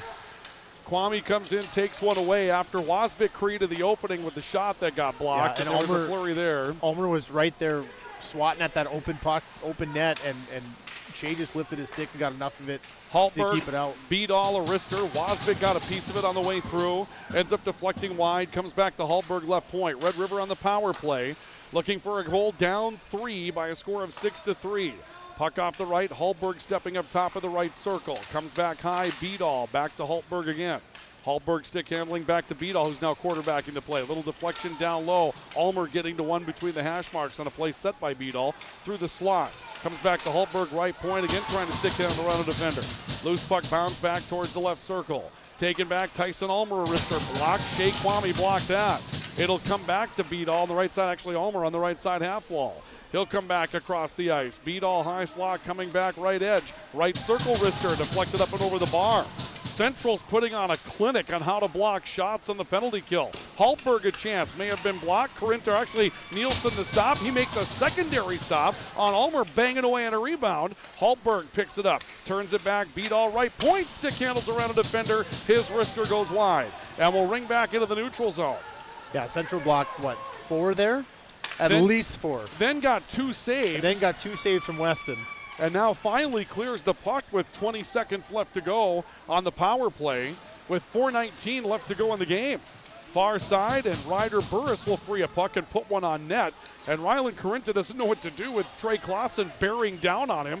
Clausen ends up stealing the puck, sends it out high, then lost the puck from behind, goes looking for control and plays it back into the offensive end. Burris giving chase, and the puck goes back to Dallas Jackson, and that's the end of the power play opportunity for Grand Forks Red River. And you'll see Weston Nielsen step out of the crease to cover up one more flurry. And now we've got a whole slew of Central players that have corralled one Red River Rough Rider. I believe it's Beadall that's in the back end of that. Beadall threw a little left hand in there. Nope, that's Cale Gruenberg that comes out of there. So Gruenberg came in and gave a little bit of snow to Weston. And I think Kaysen Panzer was the first one over there, but I thought I just heard them yell 5. So Ryder Burris is getting a penalty here. He came in late. I mean, everyone came in late, but he might have been the first one to come in late. In the meantime, Joey, get a shot right across, just left, or just right of the red line. We've got a dude in a Santa hat up there on the top. That's Stetson Brown's grandpa. That's outstanding. We've got a guy in a Santa hat. Go to the right. Well, there's a Santa hat. There's another Santa hat. There he is, right there. I don't think Joey can find him. No, that's just a stocking cap. Joey, go up. Okay, now go to the right. There he is, right there. Yep. Okay, stop right there's the guy. Yeah, look at that. That's Santa. Yep. Santa Claus is in the building tonight. So that's Tim Brown, former official. He used to ref a lot of high school games, but his grandson is Stetson Brown for Red River. So a penalty will go against Ryder Burris for Grand Forks Central. And we'll see another power play for Grand Forks Red River, brought to you by RBB Electric, on call, on time, and online. RBBelectric.com. Beadall driving his way up into the offensive end for Red River, being chased the entire way by Mac Blue. Beadall a stop, plays it out. Hoganson a shooting range, hit a pipe. He hit the left post, and it ricochets back to the right. Picked up there by Cullen Ross, back to Hoganson. Hoganson in the corner, playing around Nielsen, dragging away. DeZiel comes after the puck and clears it on the empty net and scores. Red River went 6-on-4. Cooper DeZiel comes over, bangs away at a loose puck, and sends it up the ice about 170 feet. And Red River will be down 4 as Central scores an empty netter to make it 7-3. We didn't even see him come off. I mean, I just saw right below us a rider came in to the play late, and I'm just thinking, well, who changed? Where'd he come from? And now we know. Well, I can't blame Tim Scarperud for going empty net on that, right? I mean, that's the time. Yeah, I mean, you got a power play, you're down 3, there's 3 minutes and change left, and DeZiel just made a lucky swipe at that. It's not like he really played for the empty net. No, he's just chipping the puck out and got enough velocity on it to clear. And so it's a 4-goal lead for Grand Forks Central. It's 7-3.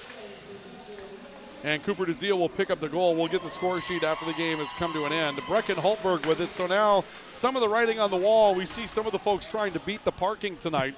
They're on their way out. I believe when Ryan Kuntz got here tonight, he said they were making up parking spots outside of Eagles Arena. Gruenberg, the power play continues, by the way. We should mention that. I didn't get a stop on the power play clock. There's still 45 seconds left. That is an empty net shorthanded goal. That's a shorthanded. ENSH. Would that be 2 men down, 6-on-4? Oh, yeah. Yeah, so it's a 2-man advantage, empty net, shorthanded goal.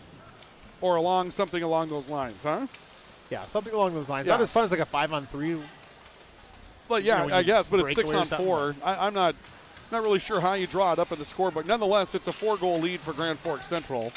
And a loose puck that goes free again, and here comes Shea Kwame. He's in by himself. Kwame coming up the ice, and Kwame can't get a shot away. Good effort coming back by Wozvik, and now we're going to see another whistle. And I'm not sure. Oh, the net came off its moorings. Okay. So we'll see a draw coming up with 2:06 left to go on the Red River end. Red River, let's go ahead and go back to our drive for the title so you can see what the standings were. Red River will change. Central will change their record to 4-0 in the league, and they're going to go to 12 points tonight. A perfect start for Central. Red River will drop to 2-1-1 in the league and will stay at 8 points tonight in the Eastern Dakota Conference standings. And so that overtime win at Fargo North stands big because you're essentially 2 games behind Central after this loss tonight.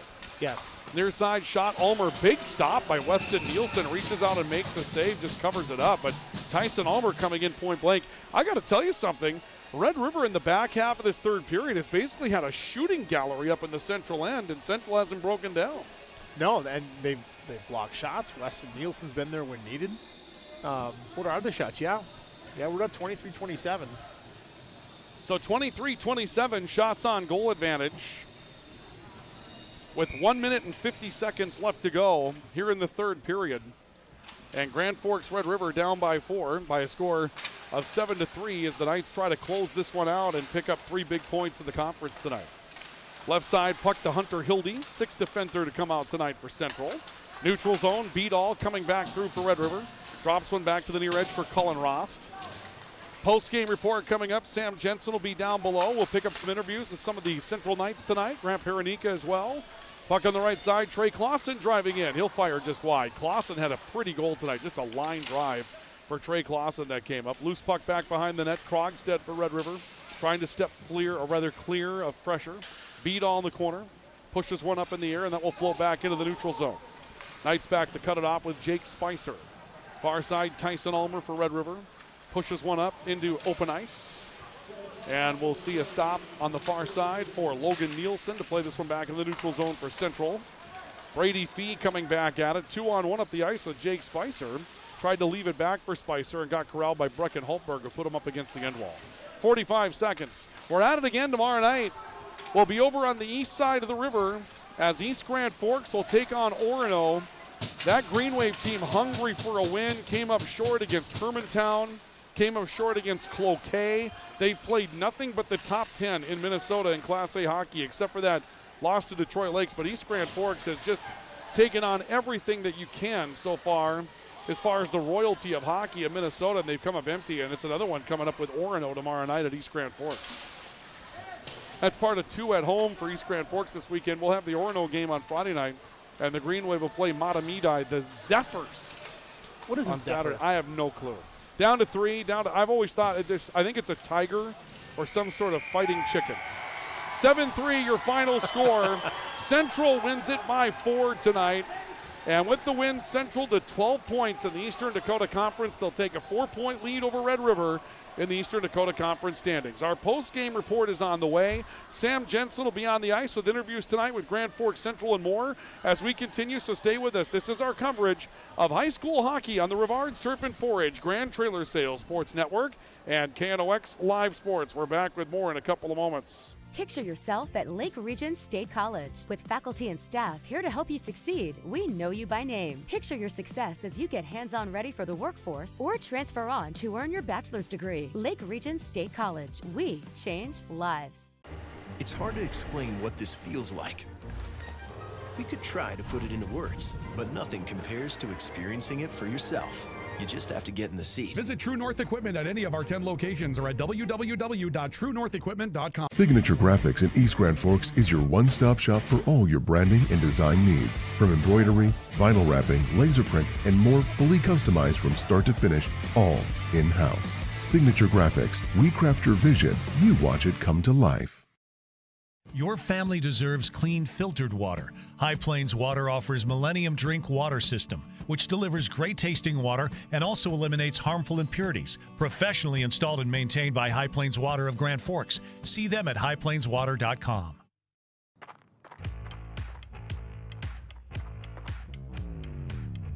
When you're in pain, you need more than just a doctor. You need a problem solver. Count on All True Orthopedics and Sports Medicine and get back to what moves you. Big Jim's Tire is the area's #1 farm and ag tire supplier, and with Harvest here, you want the best. Best tires, best service, and Big Jim's will get it done fast to get you moving again. Big Jim's Tire, Grand Forks.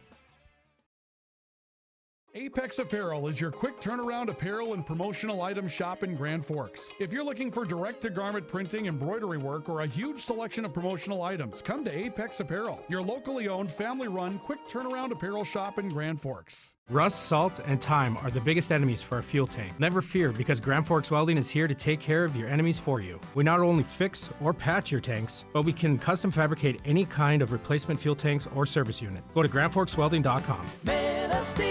Today, the PS stands for proper service for your home, farm, or business, which is what you'll get from the team at PS Garage Doors in Grand Forks. Whether you need a door fixed or just thinking about replacing what you already have, no matter what the size, PS Doors offers the proper service for you. Get your proper service at psgaragedoors.com.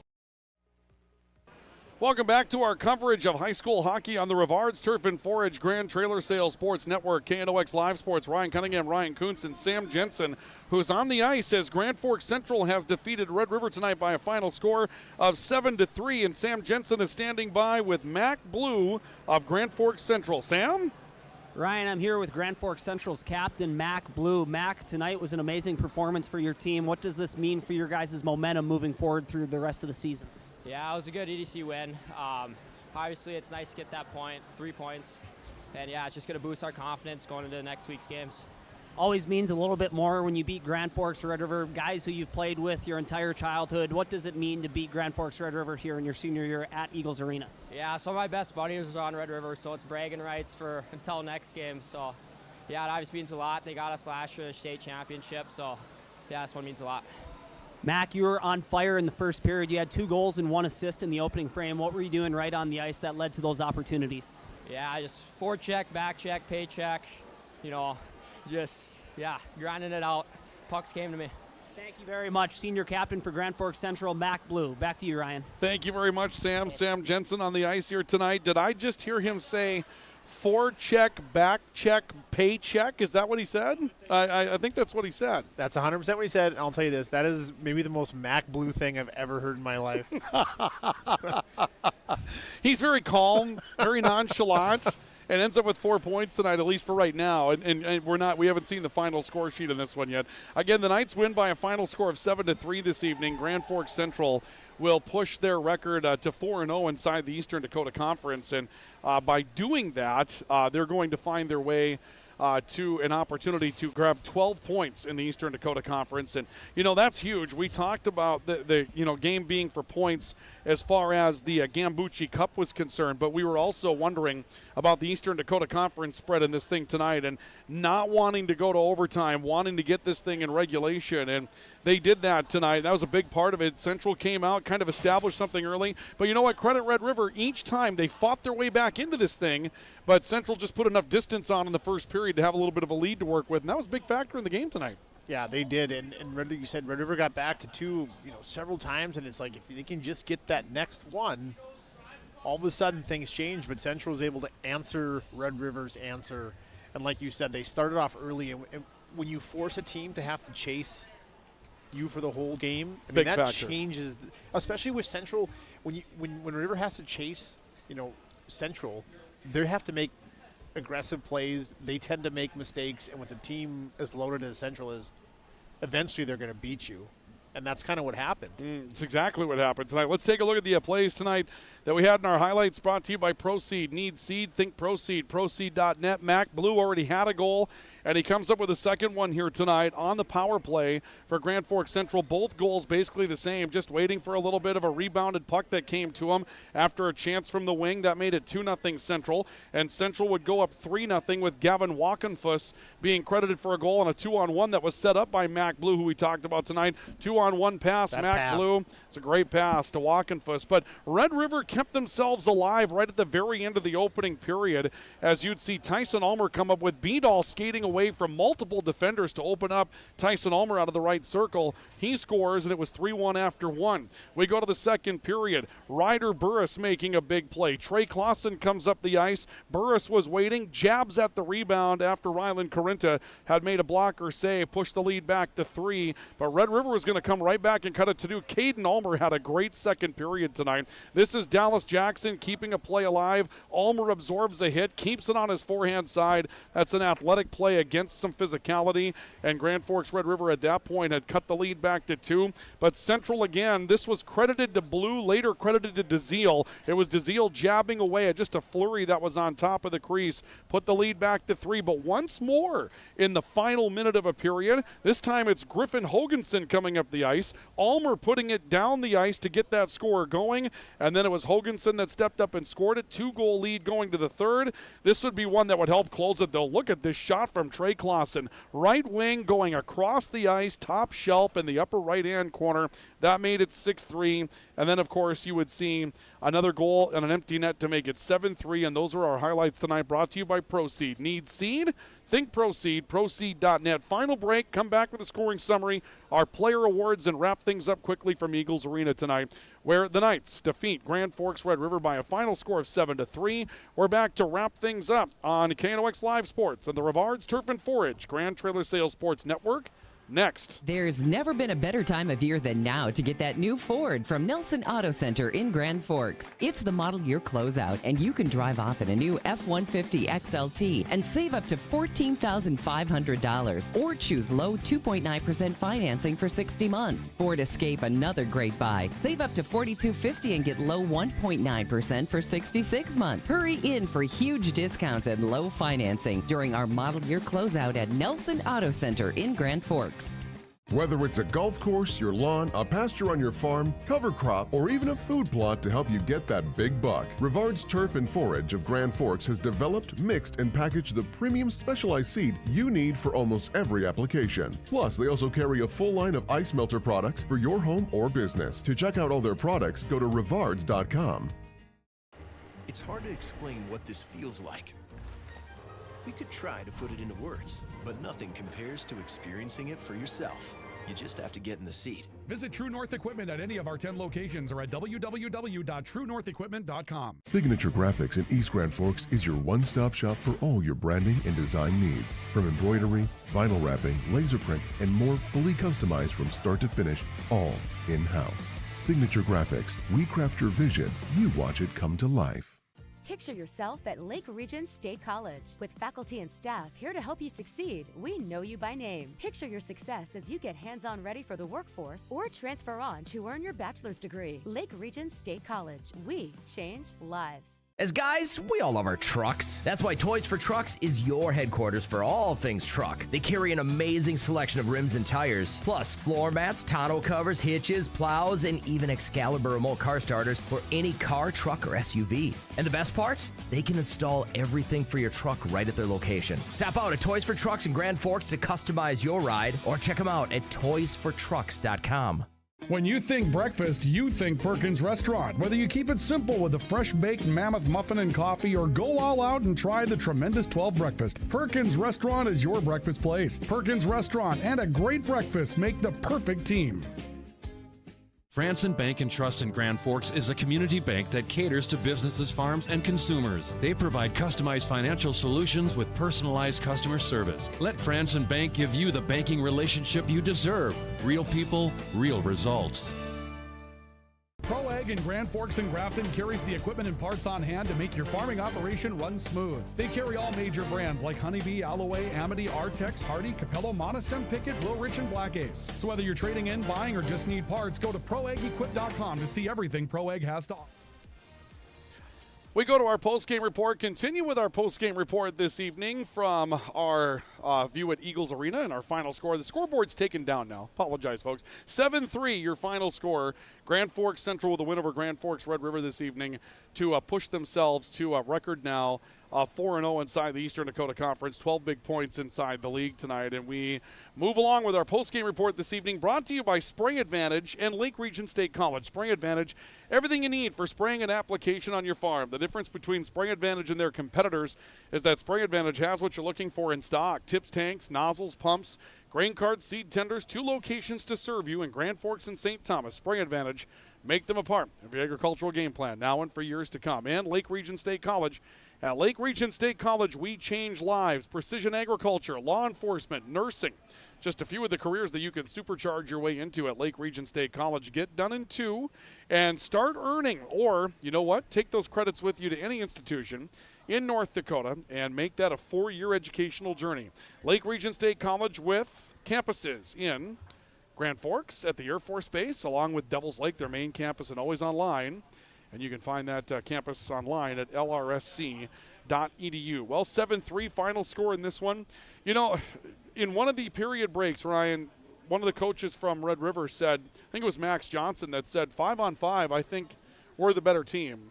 And until the third period, I don't know that you would have been able to find a discernible difference between the two because of the penalties and things like that. But in that third period, Central was on penalty kill a lot and really didn't break much at all. I think Central sort of established late in the third period. Maybe they've got just an edge up on Grand Forks Red River at this point in the rivalry this season. Yeah, I mean, we saw the scoring depth for Red River, 2 lines deep, but for Central, it's 3 lines deep. Yeah. And there's just a lot there. It's a lineup that just doesn't quit, and there's no break in it, right? There's no line where you're like, okay, we can relax a little bit. Every line that goes out there has the potential to break a game open. You're right, though. 5-on-5 for most of that game. Red River kind of hung in there. It was even. But they made too many of those fatal mistakes, just those big mistakes that you can't make that ended up in your net, and Central didn't do that. And that ended up being the difference tonight. Let's take a look at our awards. First of all, our celebration of the game is brought to you by Balloons by Misty. It's not a celebration until the balloons arrive, and that's what Balloons by Misty does. National work that they've done. They've also done work with UND and NDSU to take those celebrations to the next level. You know you're getting a professional when you're dealing with Balloons by Misty, so it's not a celebration until the balloons arrive with Balloons by Misty. And I think for this celebration tonight, let's go to Gavin Walkenfuss's goal on the 2-on-1 in the third period, or in the opening period. You're going to see this. Actually, this is the goal by Grand Forks Red River. You'll see a little bit of a celebration here. But nonetheless, let's go back to the 2-on-1 goal by Grand Forks Central. I think this will be our celebration because Gavin Walkenfuss had a nifty little stick twist on the end of this. He gets the pass there. Then he heads over to the window, and there he twists that little stick right in front of the crowd. I love it. Let's do that. That'll be our celebration of the game, brought to you tonight by Balloons by Misty. I like it when a kid goes out and does something like that. I wanted you to do the one where Max scored, and then him and someone, they took each other out. I can't remember who it was. After that comment he made in the post-game interview, back check, check, paycheck. I wonder if it was, well, he didn't, that was in the first period, right? That was in the first period. He scored, and we didn't get the first goal that he scored tonight. He got this one. This is the second goal that Mac Blue scored. Let's see about this. As Blue scores there, does somebody end up? Oh, there we. Okay, that's the celebration of the game tonight. We have to give by Balloons by We have to give Mac a little crap because he had a great game. He was clearly one of the best players on the ice tonight. Absolutely, yes. He had a great game, and he made that comment in the interview that we had to give him a little crap. Although for, we'll show him that one. It'll be forecheck, back check, mischeck, paycheck. That's what we'll come up with. Speaking of great games, PS Garage Doors Player of the Game awarded 3 stars of the game tonight. Brought to you by PS Garage Doors, where the PS stands for Peaceful Season. They want you to have a peaceful season, and if you need service on your garage door, well then they are the perfect service experts. Give them a call at 772-DOOR. That's 772-DOOR for PS Garage Doors. In fact, the other night, Ryan, I left my garage doors open all night long. Oh. And the snow blew in, and now I know what it's like not to have the perfect seal. I didn't have a seal at all because the doors were up, right? But I learned my lesson as that came out, right? So 3 stars the game tonight. I mean, I don't know where. I mean, obviously Mac Blue is going to be in there. What are you thinking? I mean, DeZiel was in there a little bit, Trey Clausen, but I'll tell you, Griffin Hoganson had a great game. Caden Ulmer had a great game tonight for Red River. So where do you go for 3 stars tonight? I think 3. I'm going to go Caden Ulmer. That'd be my 3. He had a great second period tonight. He had a great second period. Brought Red River back twice. So I'm going Caden Ulmer 3. 2, I'm going to go Ryder Burris, because I thought Ryder was absolutely dominant tonight. I think, would he end up with 1 and 3? Goal and 3 assists? Is that what Ryder ended up with? I'm going to take a look through. Ryder Burris assisted on Max Blue's goal, then assisted on Mac Blue's goal again. in the opening period. Scored a goal of his own in the second period at even strength tonight, which was hard to do because we were never at even strength tonight. And then, he did score in the third period, assisted on Trey Clausen's goal. So, 4 points on the board tonight for 4 points. And then, outside of the 4 points, again, was just a wrecking ball when he wanted to be. He's just so physically dominant. He's got all the tools to take over games. He was great tonight. Yeah, and then our number one star, I suppose, Mac Blue, huh? Forecheck, paycheck, forecheck, back check, paycheck. Is that forecheck, back check, paycheck? Right. Okay. I've never heard that, but I'm going to be laughing about it all night. I'll go. You know what? I'll go with it though as well. So 3 stars the game. Third star, Red River, Caden Ulmer. Second star tonight, Ryder Burris Central, and then Mac Blue for Central is our first star of the game tonight. And then we'll wrap up with our Finest Auto Trim Finest Cover of the game, brought to you by Finest Auto Trim, where their motto is big or small, they cover it all. Finest Auto Trim specializing in the recovery of vehicle seats, boat seats, and those of you in implements, your seats as well. If you went through the agricultural season and it just broke down on you and you did not have the support that you needed, don't start another year like that. Take those seats out of your tractors, out of your combines, out of your trucks to Finest Auto Trim. Let them recover those seats so that you get back to the business of agriculture comfortably coming up in 2025. Finest Auto Trim, stop and see them on Demers in Grand Forks, 2201 Demers. Finest Auto Trim will custom make a cover for things that you keep outside as well. Boat, pontoon, AC unit, power generator. Finest Auto Trim with the finest cover of the game. There wasn't a ton of defense in this tonight. I got this. Yeah, I'm thinking, are you talking Shea Kwame down here? Because that was a good play tonight. Are we for Grand talking Forks individual Central. play or overall? It can be whatever. Yeah, we can go whatever. I was gonna go Tyson Ulmer because he won about 100 faceoffs tonight, and faceoffs, whether they're offensive zone, defensive zone, all kind of factor into that side of the ice. So that would be plus he blocked about 6 shots. So that would be my pick. I know it's on the losing team, but that's just what he does. But you could certainly give it to Shea for that stick lift that kept that puck out of the net. That's a key point in the game, I was too. going in. Shea Kwame ends up picking, I think it was Tyson Ulmer's stick. Yeah, it was Tyson Ulmer's stick, Yeah, so he ended up picking it. We'll tell you what, let's give it to both of them. Sure. Shea Kwame, great defensive play on one end. Tyson Ulmer for being brilliant in the face-off circle tonight. Finest cover of the game. Brought to you by Finest Auto Trim, big or small, they cover it all. Now, Ryan's off to figure skating, so he's not going to be with us tomorrow night, but we'll try to do our best without you. I'll be listening. Okay, that's cool. You can watch, too, if you like. Yeah, I'll be watching. As long as you're not driving.